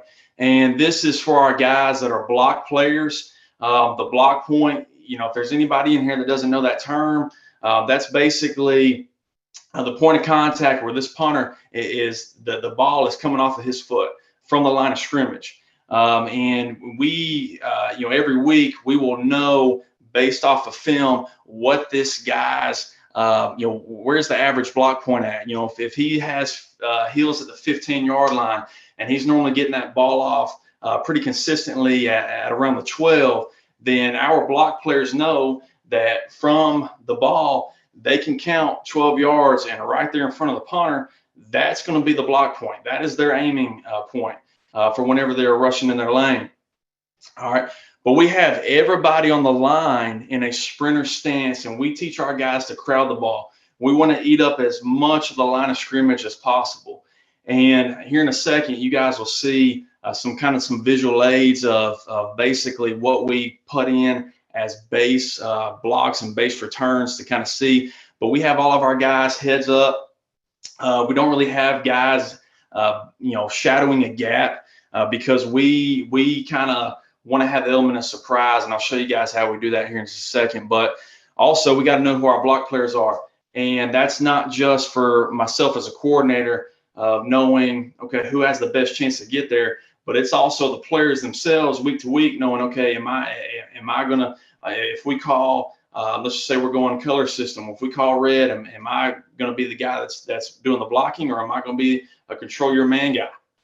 All right. If you're not a block player, we talk that you're the control your man guy. And basically, we're controlling the line of scrimmage. And we also have to be alert for run and pass. So we preach that to our guys as well. All right. So our block players, we said that we have to know what the block point is, but we also have to know what to do when we actually get to the block. So what we tell our guys is we want to attack the near shoulder of the punter to us. We don't want to cross his face, because if we cross his face, or we let our guys go in wild and they just say, hey, because everybody wants to be the block guy. Everybody wants to be the guy that, goes in there and tries to create chaos. But if we don't do that under control or with technique, we run the risk of penalties, and we can't have that. So what we teach our guys is we want to attack the near shoulder of the punter. We're never going to cross the punter's face. And as we're approaching the block point, we want to work our hands and our eyes to where the ball is going to be. We're not worried about looking at the punter's chest or looking at anything else besides where the block point is and where the ball is in his hands. And I'll show you guys here in a second an example of that. But also, if we have guys rushing up the middle, you don't really have the courtesy of picking a shoulder. But what we tell these guys is we don't want them to leave their feet or jump, because that is where we are not under control, and that's where we run the risk of making contact with the punter. So normally these guys that are rushing up the middle, we're telling them the same thing: work your hands and eyes to the ball where the block point is going to be. But also these guys have to be ready to scoop and score, because often these guys are going to be the last ones out, just because once you start getting into the interior portion of the line of scrimmage, it's really hard to fight through those blocks. So we tell our guys, if you're the last one out, be ready to scoop and score. All right, our returners. And if at any point, if anybody has any questions, just feel free to chime in. But our returners, we basically tell them that you have rules and responsibilities. Your job is not just to be back there and fill the ball and score touchdowns. You have pre-snap rules, and what our pre-snap rules are is you have to, number one, you have to know the return. Okay, you have to know what we've called. You also have to know field positioning as well. And when we say field positioning, we played a team earlier this season that literally 100% of the time they punted to the right. And I don't know if it was because they necessarily had just a guy that was really raw, but every single time their punter got the ball, he took his steps, he's punting to the right. It didn't matter if they were left hash, middle, or right hash. So our returners have to know that. So our returners, we tell them, okay, look, your pre-snap key is where's the punt team located? So if the punt team for that game is on their left hash, and we know this guy's going to punt to his right, then we might want to go ahead and position ourselves splitting the middle of the field and our right hash, which is their left hash that they're on. Okay, just depending on how we're looking at it. We also want to be aware of wind conditions as well. If we have the wind at our backs, it's going towards the punt team, then if we know that this guy has about a 30-35 yard average, we might want to go ahead and move up about 5 yards, because that right there will give us the best chance to field the football. If the wind is at his back and it's coming towards us, then we might want to step back a little bit. So we have to make sure that we play that, and we preach that to these guys in the off season, and even when we have them on the jugs, we'll go with the wind on the jugs, and we'll go against the wind with the jugs. And we also have to know personnel as well with the returners. So what I mean by that is the returners, they have to know, and we kind of preach during the week, if there's any guys that are kind of their star players that aren't on this unit, but all of a sudden we see, hey, their number one receivers in here at a gunner. Well, we have to be aware of that. We got to make sure that we also call that out as well, so that way we're aware. All right, we also have to know our alignment. So basically, we talked about the punter's averages, but we also need to know what their scheme is. And we talked about the differences a second ago of, if they're punting right, left, if they're on the hash. But we also have post-snap responsibilities, and that's number one, field the football. Like I said, we want our guys, if it's fieldable, you're busting your tail to the ball. We want to be explosive whenever we do field the football. We tell our guys, it's north, it's going north. You are not an east and west guy. And that basically goes into this next topic right here that says, trust your return. So we want them to not only trust the call that we have made, but also to trust themselves and the other 10 guys on the field with them, that they're going to do their job. So we kind of take the thinking out of it. It's just, hey, as soon as you get the ball, bust your tail depending on what call we've made. And also we have mindful responsibilities as well, like a Peter call. If it's a bad punt, we can't get to it and it's short, we want to make sure that we're yelling Peter, get guys alert, get them out of the way. We also want to be aware of when we can use a fair catch, and also our 10-yard line rule. So our 10-yard line rule is if we have our returner on our side of the field and they have a chance to pin us, we have a 10-yard line rule where we are not going to back up any farther than the 10-yard line. We're going to put heels at the 10 if we have to. If the ball is punted and it's in the air and it looks like it's going to go over our head, we're going to hopefully maybe be a good actor and act like we're going to field the ball on the 10, but hopefully it's away from us. But we are not going to put ourselves in a position to where our offense gets on the field inside the 10-yard line. All right, so how do we control the man on the line of scrimmage? All right, so now we're kind of getting into we talked about what the block players are. Well, this is the control the line of scrimmage guys. So we use the stick technique, and basically how I teach the stick technique is at the line of scrimmage. I want our guys, we're in a sprinter stance. We try to look the same as the guys that are going to be going for the block. So meaning, if our guys, if they have their eye on the block point, we want our eye on the block point as well, but we want to have our peripherals basically, on our guy that's right here in front of us.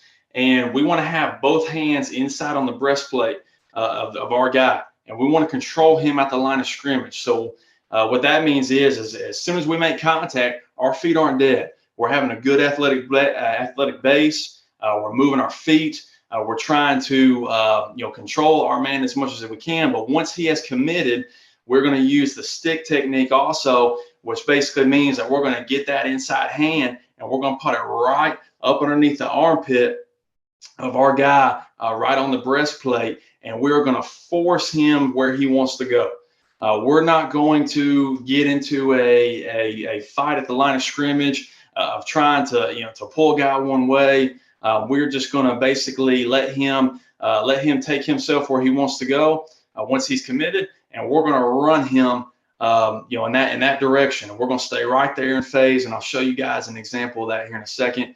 And we're also going to finish blocks without a penalty and through the whistle. All right, so here's an example right here of what we mean by this. We're going to take a look at this end down here, or right end down here. So if you notice, everybody is on the line of scrimmage in a sprinter stance. All right, now some guys are higher than we want. We really want all of our guys low, like this guy right here that's on the end. He's low. This is going to make it to where, hopefully the punt team is not sure if he's going to come or not. But on the snap, he does a very good job right here of using stick technique. Okay, he gets his hands inside and he's controlling his man at the line of scrimmage. So if you see right here, when he comes to balance, the only thing he's not doing that we want him to do is driving his feet. But he's controlling his man and he's waiting for his man to commit. Now up top here, over the gunner on top of your screen, this is how we teach the basically the stick technique with the one hand. So obviously our corner, he has overcommitted, but he does a very good job of getting back in phase and recommitting with that inside hand right here. Okay, he's got that inside arm, working right here. Hand is inside the armpit, right on the breastplate, and he is taking that man where he wants to go. So hopefully, now this is a short punt, and our returner honestly should have fielded this football. But if our returner fields this ball, we have a good chance right here. Especially if we decide, if we have called right here, let's just say we've called Black or we've called Louis, that basically means that we're trying to take this return to the left. Then we have a good shot right here of being able to get some yards because our corner is doing his job. All right. First, so right here, number 24, he's a freshman for us. Okay, this is what we mean by using the stick technique and running our feet at the line of scrimmage. He does a very good job, hands inside and driving his guy back. Okay, not letting his guy get a free release off the line of scrimmage. Now down low, the corner that's right here at the bottom of your screen, he overcommits as well. Okay, but he does a very good job, and this is a little bit closer look at what the stick technique is for us. He does a very good job of keeping that inside hand on his man, and the reason why his outside hand is like that is because it gives him the best opportunity to stay at balance, because this gunner is going to be trying to push him off. Okay, he's going to be trying to get space, but he does a very good job of staying in relation. And right here, this is what we mean by finishing blocks through the whistle. Does a very good job of staying in phase and finishing blocks for our returner. All right, and right here, this is going into our twist techniques, and I'm going to talk about our twist techniques here in just a second. But you can see both of our gunners. We want them to be tight on the line of scrimmage every time. Unless we're calling safe, if we're calling safe, I'll show you what that looks like. But our gunners, they're going to be briefly in the screen. We don't really have any end zone copies, but they both do a very good job right off the line of scrimmage. He uses both of his hands, but our guy at the top of the screen, you'll see right here, he goes ahead and he gets the one hand and uses the stick technique. Now, when it comes to the actual line of scrimmage, we run a twist technique on this, and I'll show you guys what that is. But our end right here, okay, this is what we mean by we want to attack the near shoulder of the punter.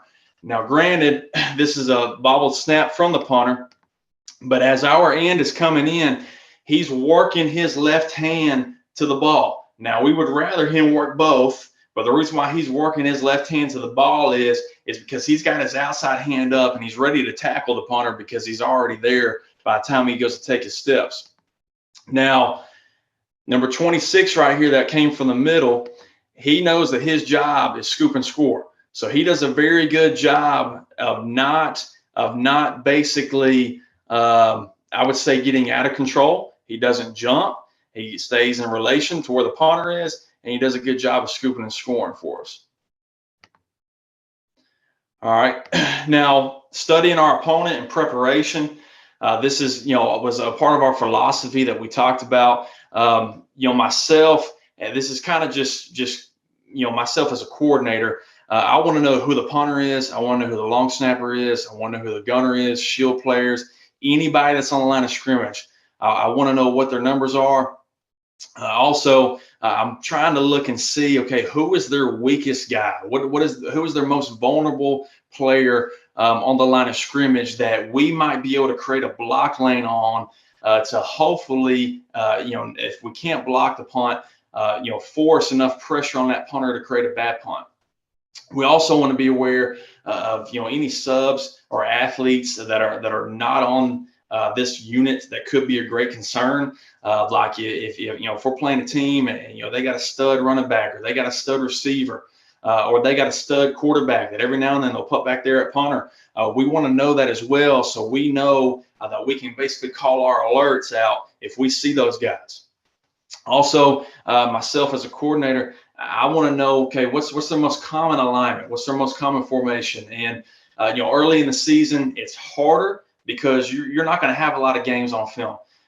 You're maybe going to have a spring game, or you might have 1 or 2 games that you can really look at. But you want to try to figure out what their most common alignment is, and decide, okay, well, are they a shield team?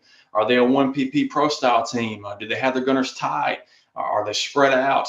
How many gunners are they using? And basically, I try to look for common themes or anything else that might be unusual. Like if we're playing a team that is running a shield and they have a gunner out wide on each side, and for some reason one game they're on the right hash and they motion that left gunner all the way over to the right side and they run rugby off of that. Well, I'm going to put that in the notes, and I'm going to make sure that our guys are aware of that, even if it's done only one time.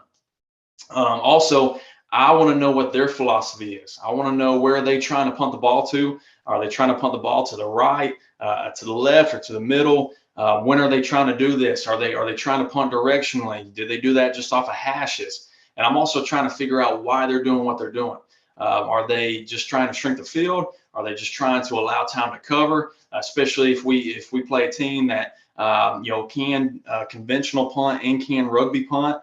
I want to try to figure out what they're trying to do to us, to where hopefully we have the best, basically the best chance to be successful in this unit. And we talked about block point also. We want to look at that. We want to figure out, what's the most consistent block point for us from the line of scrimmage. Is this guy, is he right-footed? Is he left-footed? Is he a 2-step guy, or is he a 3-step guy? And basically, we want to figure out, what is the most consistent yard line that we can preach to our guys coming into the week that they have to get to in order for us to be able to create a chance to block the bunt. Also, we want to look at operation time as well, from snap to punt. Sometimes it's hard when you're looking at huddle, but you can usually kind of get a pretty good idea or average what their operation time is. And that operation time is going to be good because, myself as a coordinator, I can come back to our guys and say, all right, look, you guys that are block players, you guys have, this amount of time from the time the ball snapped to get to that block point. So it kind of helps, basically make that internal clock in these players go off, to where they know that, if they're a block guy, they don't have the luxury to take the play off. They have to bust their tail to get there. And also, if we can calculate hang time as well in the average, we want to do that also. And this is just a brief, snippet, like I talked about, of what I put into a scouting report for our guys at the start of the week. I'm going to hand them, in their locker, a sheet of paper, and it literally has every phase broke down. It's got, what the punter's numbers are, what their PPs is, what they're trying to do to us. Is there anything unusual? It basically makes it, or I've found that it makes it a lot easier, especially when you have guys that are supposed to be watching film, but they might not watch film. And, here in a second, I put my number, my email in the chat, but here in a second, if you guys will see my Twitter. If you guys, DM me, I'll shoot you guys this presentation or anything else that you guys want to see. And we talked about the last thing that we want to do is win on our weekly goals. And here's kind of a snapshot of what our weekly goals are. We want to watch for fakes and have no fakes converted against us. We want to block a punt. We want to protect our returners. I put 100% team effort in there just because, we preach that all year long. We preach it in the off season. If we have 100% team effort, we're going to be successful in this unit. So we want to make sure that we can check that off. And that basically means that when I go back and I look at film, there's no guys that are loafing. Everybody is busting their tail for each other. Right here, we also want to basically get a first down every time we fill the ball. So we want to get 10 or more yards per return, and we want to have no penalties. And I also put in here, if we do this, we will win this phase. And that's really what I preach to these guys. Now, from the X's and O's standpoint, here in a second, I'm going to get on the board for probably 2 or 3 minutes. But this is just an example of what a base punt block or a base return looks like for us at the beginning of the year. Now, every single week, I literally change this up every single week. I change up, where our guys are. I change up who's going to be the block guy. I change up if we're going to basically block in a lane or we're going to twist. And the reason why I do this is because I want to try to play towards this punt team's weakness. And also, I don't want this punt team to be able to sit down and, scheme up and say, all right, well, this is where they're consistently coming through. I want to kind of create that extra time that coordinator on that other team has to spend, because, we all know on special teams, it's often overlooked. And if you can make another team before Friday night have to spend a lot of time watching you on punt return to figure out what you're doing, well, that's them taking away time that at practice, that's them taking away time they could be doing other things. So I want to try to create as much chaos as I can for them. But right here, I labeled this as red bonsai, just because we could say, hey, this is a right block and right return for us. So if you'll notice, if we say, let's just say we're going on a color system, we call red, that tells our guys, all right, this is a block to the right side of their line of scrimmage, and it's a return to our right. So we have the luxury also, if we want to get our right end included, I can call a tiger call. So I could say, hey, tiger red bonsai. And that tells the right end, all right, look, instead of you in the corner double teaming this end, you're going to be involved in the block as well. And really, that right end is there to really force the punt.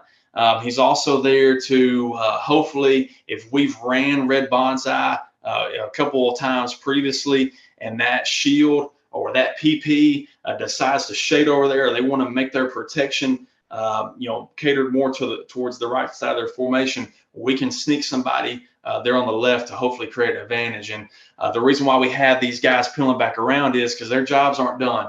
We preach to our guys that after you get the block or you miss, you got to peel back around. And with us saying, hey, it's red bonsai, they know, all right, I got to peel back around to the right. Or if we say blue, I got to peel back around to the left.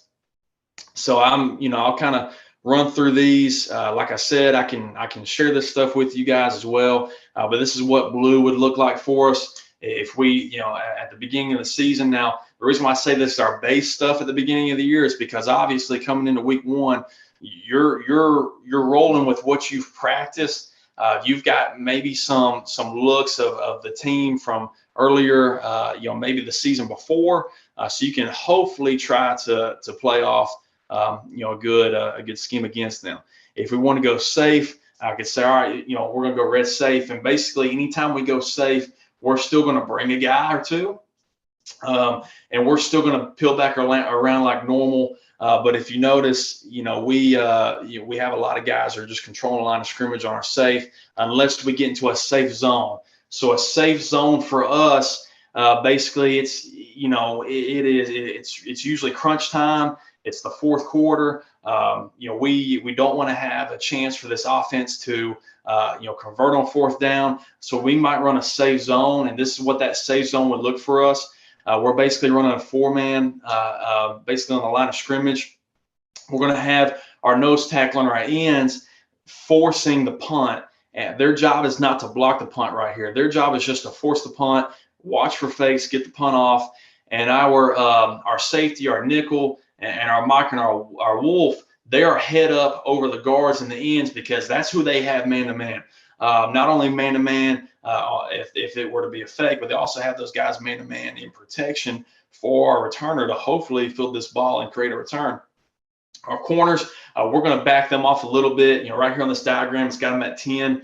I might have them sit at 7, 8 yards, but they're going to kind of play in that zone, and they're going to get most dangerous man. All right, and this just to look at some stats for us. When we talk about this, we're not going to block it every single time, but our opponent had 28 attempts against us. And out of those 28 attempts, we caused 11 bad punts. And what I classify a bad punt as is anything that's within 20 yards of the line of scrimmage or goes out of bounds. That is a bad punt for us. So we caused 11 bad punts. Out of those 28, we had 5 returns. We had an average of 11.5 yards per return. So we hit our goal of getting a first down or averaging a first down every time we were able to return it. And we had 1 block punt and 1 touchdown also. And this right here is my this is my Twitter. If you guys if you want to, you can reach out to me and I will send you guys whatever whatever you guys need, or I appreciate your feedback also. And I will I'll go ahead and stop sharing my screen real quick so you guys can see me on the board and see kind of what I'm talking about of a twist for us. So right here, can you guys still see this? All right. So for us, like I said, week to week I change it up for us, and I know the lighting in my room it's a little bit hard to see, but for our corners, we're always going to tell them, look, you're man to man. Okay. We don't want you to have any other responsibility. If this guy decides that he wants to go to the concessions and eat a hot dog, you're going to sit down with him and you're going to hold the napkin, so that way when he's done eating, you can wipe his face. So we're telling them, look, you are going to stick with him 110% of the time. All right, that is your only thing that you're worried about. Okay. Now let's just say we were still going with a color code system, and I wanted to run a twist off this. So let's just say I said we're going to go red bonsai. So obviously that means we're going to try to block off the right side of the line of scrimmage. Well, my ends, I'm always going to have my ends basically, shadowing the outer half of the end that's on the line of scrimmage. And the reason why I'm going to have him do that is because if I'm going to run red, obviously I want to have this guy block. It's going to be easier for us to create a right return if we don't have to worry about him getting anywhere on this right side of the field. So he already knows that he can come down and he can stick technique and attack that guy, that inside armpit of the breastplate of that man on the line of scrimmage, and control him where he wants to go. Because this guy, I highly doubt, is going to try to fight across his face. Okay. Or if he does, it's going to take him a very long time, and it's going to be hard for him to do that. Now our end on the edge, all right, he's coming. Well, interior, I can switch things up. Now, one thing that I kind of got to started doing is I might have my star. He's going to be a control guy on the line of scrimmage, but I might want to have my Mike and my Wolf walk up. Now, we don't walk up in a gap. If we're going to run a twist, we're going to walk up and we're going to get right on the butt of the guy that's in front of us. Okay, and the reason why is because we want to disguise our twist. I don't want to commit to it. I don't want to commit to a gap. But every week, our guys know what the twist is going to look like. So for this week, I might say, look, I want our nose to go B gap. All right, Mike, I want you to go to A gap. Okay. Now over here on the other side, I might tell my tackle, I want him to go A, and I want my Wolf to go B. And I can switch that up every single week. I can even switch it up on the sidelines. I can say, look, instead of us twisting, we're going to play safe. And if I say, hey, play safe, we're going to walk up like normal. Here comes the punt team. They're going ahead and calling the protection because they've seen this before. And basically on snap, we can bail out and we can play a zone, and we can basically pick up most dangerous man coming out. Okay.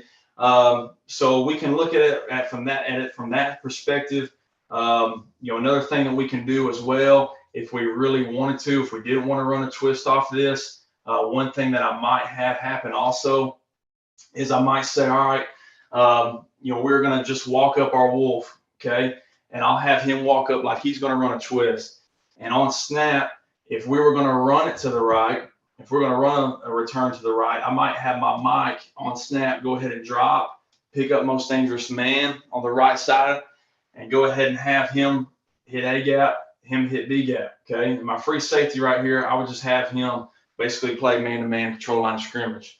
And like I said, we don't ever stop up here. We're going to peel back around and we're going to set up for a return.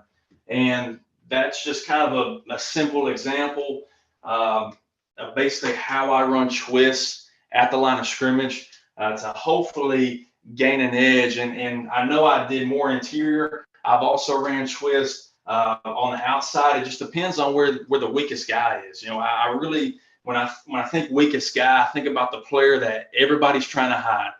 Everybody's trying to hide a guy. And whether it's kickoff return, punt, you usually have a guy on there that's your weakest link. So we want to try to figure out who that is and attack him.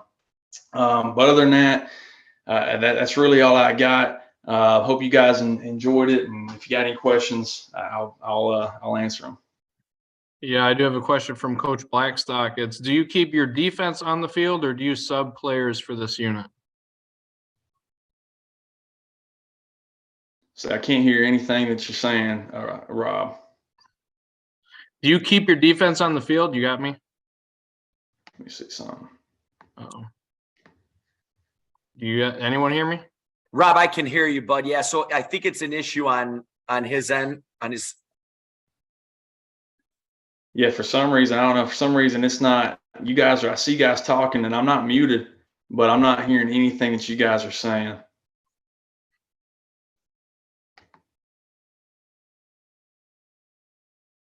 Okay. Coach Trago, I'm going to put you in the waiting room, Coach Trago, and then admit you back in. Maybe it's just like an in and out thing. Okay. All right. Well, I thought he did a great job. So awesome for him. While he's getting worked out and put back in here, let's get going. Because I only saw the one question, I think. Yep. Okay. So last presenter is Jimmy Flynn. Jimmy Flynn has spent the last 20 years coaching high school and college special teams. Most recently, Coach Flynn coordinated the special teams at NAIA Power St. Xavier University. Over the last 5 years, Coach Flynn has done extensive clinic work with Glacier Clinics, Chief Pigskin, Run the Power podcast, numerous state associations, and thousands of high school and college special teams coaches across the world. Thus far, Coach Flynn has conducted special team Zoom meetings with coaches from 7 countries: the United States, France, Germany, England, Mexico, Australia, and Canada. In 2004, Coach Flynn graduated from St. Xavier University with a degree in English and secondary education and lives in Tinley Park with his wife, Amanda, and 2 children, McKenna and James. Coach, you are up. Coach Rob, thank you so much. Can you guys hear me? Gotcha. Okay, awesome. So here I am hitting the start button on my stopwatch. I am giving myself 20 minutes, okay? And I know Rob's going to say there's no chance, there's no way I do this in 20 minutes. Okay, I'm telling you, I'm stopping in 20 minutes. I want you guys to ask any questions that you have. I absolutely love doing this stuff. I've met with a handful of coaches that are on this panel here of people who are here. I think you become a better coach when you listen to other guys, when you talk to other guys. And for the young coaches that are on this, you guys need to go out of your way to do as much speaking as you could do, okay? Because any chance you have an opportunity to speak, it will force yourself to study, to learn, to do these presentations. So I think the more you can speak as a young coach, the better off you are, okay? I have 19 minutes left, so I'm going to get into it. All right. I want to thank Coach Rob for putting this together. There was a Twitter thread, and someone was like, "Oh, we should do a clinic." And absolutely. I think Coach Rob should organize it, and he ran with it. And this is tremendous. There are 20 guys that were in here. All right, we're down to 14 right now. But this is a great thing. I think everybody on here, if you guys could just spread the word to any of your friends, any special teams coaches, the more guys that we get involved, the better off it is for our community of special teams coaches. And the more we're going to learn.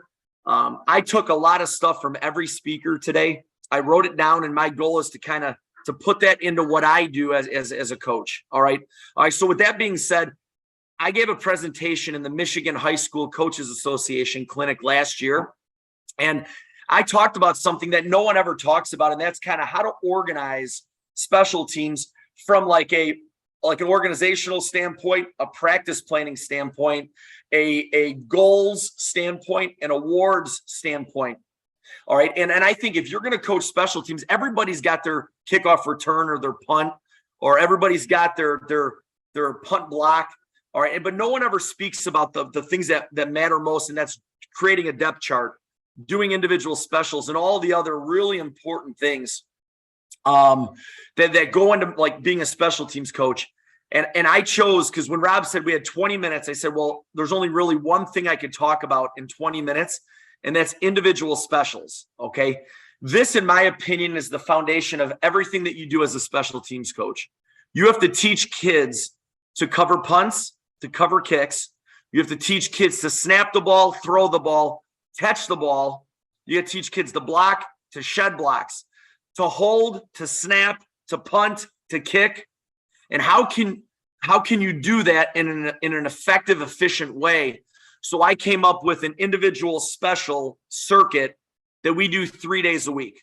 All right. And I'm going to show you guys some film. I'm going to show you kind of how we have it organized. But I just want to start. If there is one thing that you do as a special teams coach, you have to practice the technique that makes specialists special. You can't just go out there and say, go return punts, or go hold, or go snap. Okay. There is specific technique that those kids have to practice, and you have to work that technique every single day. It can't just be snap, kick, catch, hold, punt. All right. And when you work those things and you work them every day, and then you have purpose behind what you're working, the kids get really, really good at it. You are what you repeatedly do. Steal a quote from my good friend Riley Niblett. Okay. You are what you repeatedly do. Wait, that's Aristotle. All right. Excellence then is a habit. Okay. It becomes what you are.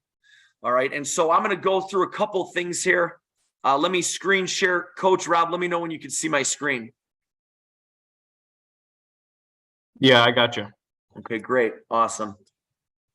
All right. Let me see here. How do I get this thing out of here? How do I minimize that thing at the top of the screen? Who can help me out? How do I minimize that toolbar at the top? Maybe try hitting the view tab. See what's underneath view. I got it. Okay, cool. We're good. Thanks, guys. All right. So here's the presentation: developing a special team system within your program, core beliefs, practice, organization, meeting structure, goals, awards, and more. Guys, please, when we get done with this, I want you guys to ask questions. Okay. The more questions you ask, the better I become as a coach, because then it makes me think. All right. So please write down as many questions as you have. All right. I have a couple goals here. First, I want to share my contact information with all of you guys. There's my cell number, my email address, and my Twitter. Please reach out to me at any time.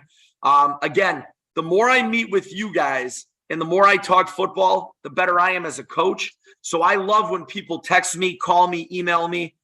So please do that. I want to share materials. I have videos, schematic drawings, presentations.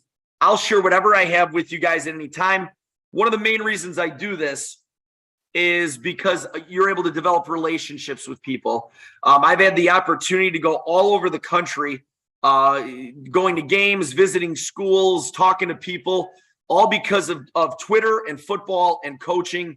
And so that's one of the main reasons I'm doing this today. All right. And then obviously, I think what we do as a community of coaches helps each other score points. And when you score points, you win football games. Okay. Everything that I have here is high school adaptable. Yes, you can. I've done it in high school. I've done it in college, so I know that it works. I teach a class called sports literature. Sports literature at my school is a class that gives us the freedom to explore a lot of different topics. And one of them are the different coaches that have had a profound effect on athletes. One of those guys is Herb Brooks, the head coach of the 1980 men's Olympic hockey team. And one thing that he says is you can't be common. The common man goes nowhere. You have to be uncommon. All right. And throughout my 1,000+ coaches that I've met with, a lot of them are off a Zoom meeting in 30 minutes. They're done. They're tired. They're bored. They don't want to listen to special teams anymore. And after 30 minutes, that's it. And they're going to go do something else. Okay, guys, if you want to be really, really good at this, you're going to have to put in hours of work, of preparation. You're going to have to attack it tirelessly and with enthusiasm. What makes a man uncommon? His approach to punctuality. You have to be early with everything that you do. You have to be selfless. You have to work your butt off. And I used to say work ethic, but now I changed that word to industriousness. What is industriousness? It's a man's approach to care tremendously, to be focused, and to work hard. It's kind of work ethic on steroids. Toughness, accountability, focus, and persistence. All right, so if you're going to be a special teams coach, I really believe that you can't be common. You have to really be a special coach. You have to be a special teacher. You have to be a special communicator if you want to be a special teams coach. You can't be common. The next quote is John Wooden. When opportunity knocks, it's too late to prepare. So if you want your kids to snap, kick, catch, punt, hold, do all those things, it can't be 1 day a week. It can't be just kind of like willy-nilly go out there and catch punts and kicks. It's got to be a full investment by every coach that you have and every player that you have who is a kicker, a punter, a snapper, a returner, a holder, a blocker, a coverage guy. Everybody has to be invested. And if you devote that sort of attention and focus to what you're doing with your individual specials, when opportunity knocks, you're going to be fully prepared, and you're not going to worry about what it is that you have going on. Okay. So I'm going to skip ahead here to what I believe is the most important aspect of being a special teams coach. And that's doing your ball time stuff, your individual special stuff. All right. Like I said earlier, you are what you repeatedly do. What you preach, what you practice, that's what you're going to be good at. I'll give you one example before we get into this. A couple years ago, I had about 15 footballs hit the ground on punt return. And coach that just talked said, hey, our goal is to catch every ball. All right. And so we talked about it a lot, and we drilled it a little bit, and we watched film on it, and yet it still wasn't happening. And so the ball kept hitting the ground. So at the end of the year, I called Coach Slovic, who in my opinion is one of the best special teams coaches ever live. And I said, Coach, I can't figure this out. You got any advice for me? And he said, yeah, your drills stink. So well, what do you mean? And he said, you can talk about it all you want. You can show it to them. You can tell them about it. If you don't drill it the right way, they're never going to do it. Okay. Your drills will be the end result will be on the field because of your drills. All right. You did a terrible job, he said to me. You did a terrible job drilling it. And if you want your kids to catch the ball, you need to do a better job with your drills. So the next year we go in, we create 3 drills that work on preventing the ball from hitting the ground. Okay. We ran those 3 drills a couple times a week. And at the end of the year, we had 1 football hit the ground. Well, the year before we had 15. So I guess the message that I'm sending you is, like, the drills that you run and the technique that you teach, that will become what you do as a special teams coach. That will directly reflect on the field. So we created this ball time segment. All right. And we do this. Let's see here. Let me pull this up. Okay. We do this 3 days a week. Okay. Now, when I was in high school, college, didn't matter. We were doing it 3 days a week. And just like Coach Blackstock said, I think it was Coach Blackstock who said, you got to practice your backups. All right. Because you're going to be down to your third string guy like that.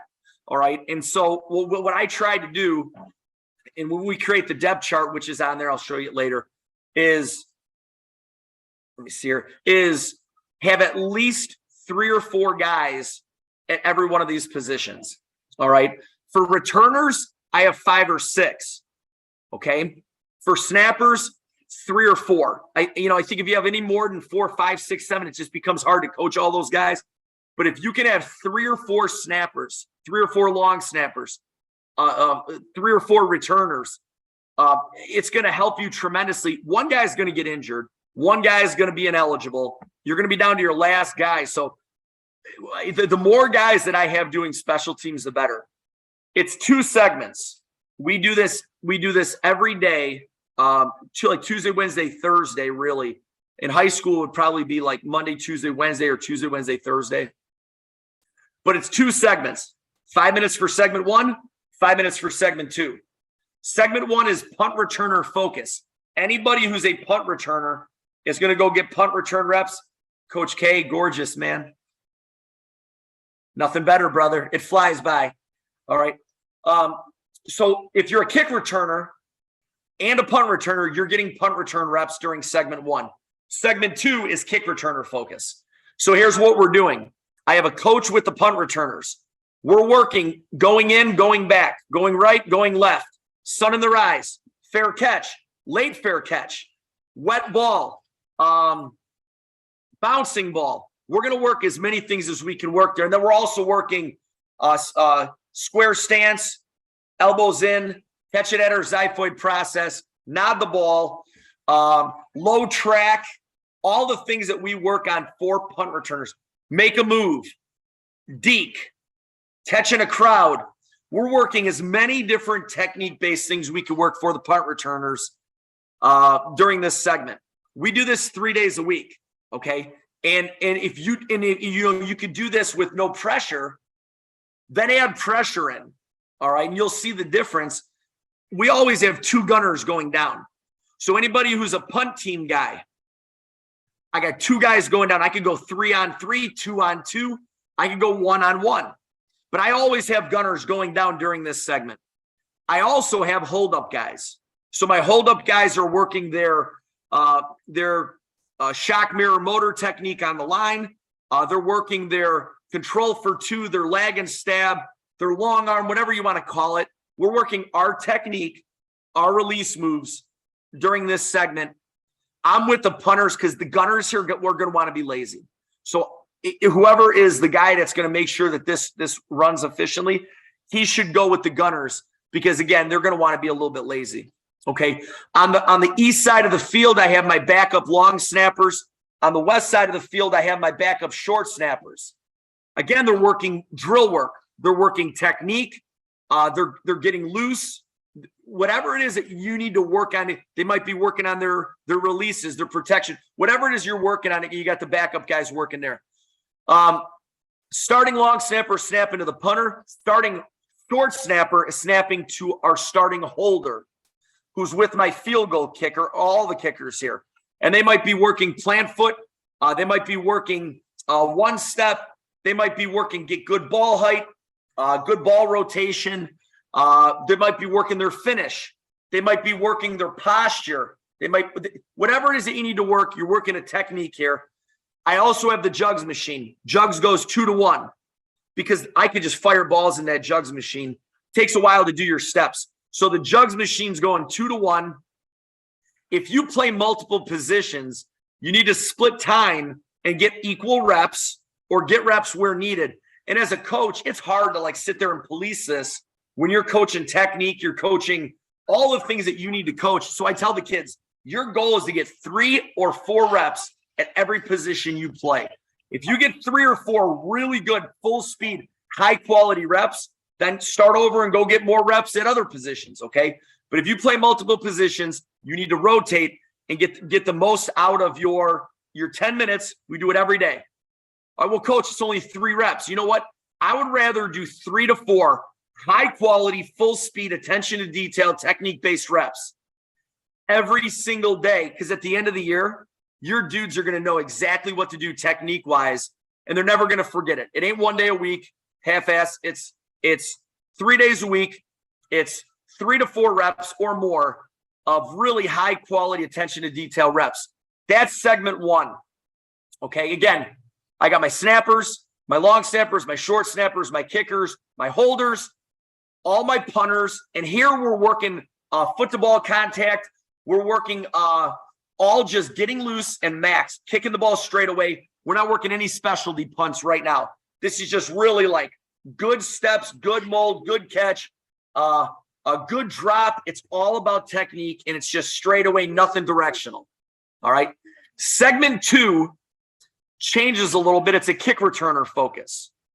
All right. I have my scout punt returners and anybody who's not a kick returner catching punts still. So if you're a punt returner, but you're not a kick returner, you stay down here and you catch punts. Also, I have scout returners. Okay. So young kids, backups, red shirts. So I'm getting a ton of catches here for my punt returners. Even though it's a kick returner focus, I'm still working punt at the north end of the field. We're not doing field goal anymore. We're working kickoff. So all my kickers go back and now we're working our kickoff stuff. All right. All long snappers, all punters go on the west side of the field. Step of it. All right. All right. And we're working directionals. We're working skies. We're working Aussies. We're working rugbies. We're working one step back of the end zone. We're working anything that we can work here that needs to be worked. And I got a coach there who's kind of coaching them up to make sure we're working that stuff. All right. On the east side of the field, I have quick kickers. So if you punt out of an offensive formation, you got your snapper, all 3 or 4 offensive centers. It's not just the starting dude. It's every offensive center is going to work with any quick kicker that we have. Jugs machine is still going 2-to-1. And we're working kickoff return again at the bottom here. Okay. Now, one thing I didn't point out, segment 1, I have tight ends and fullbacks and any kick returner who's not a punt returner.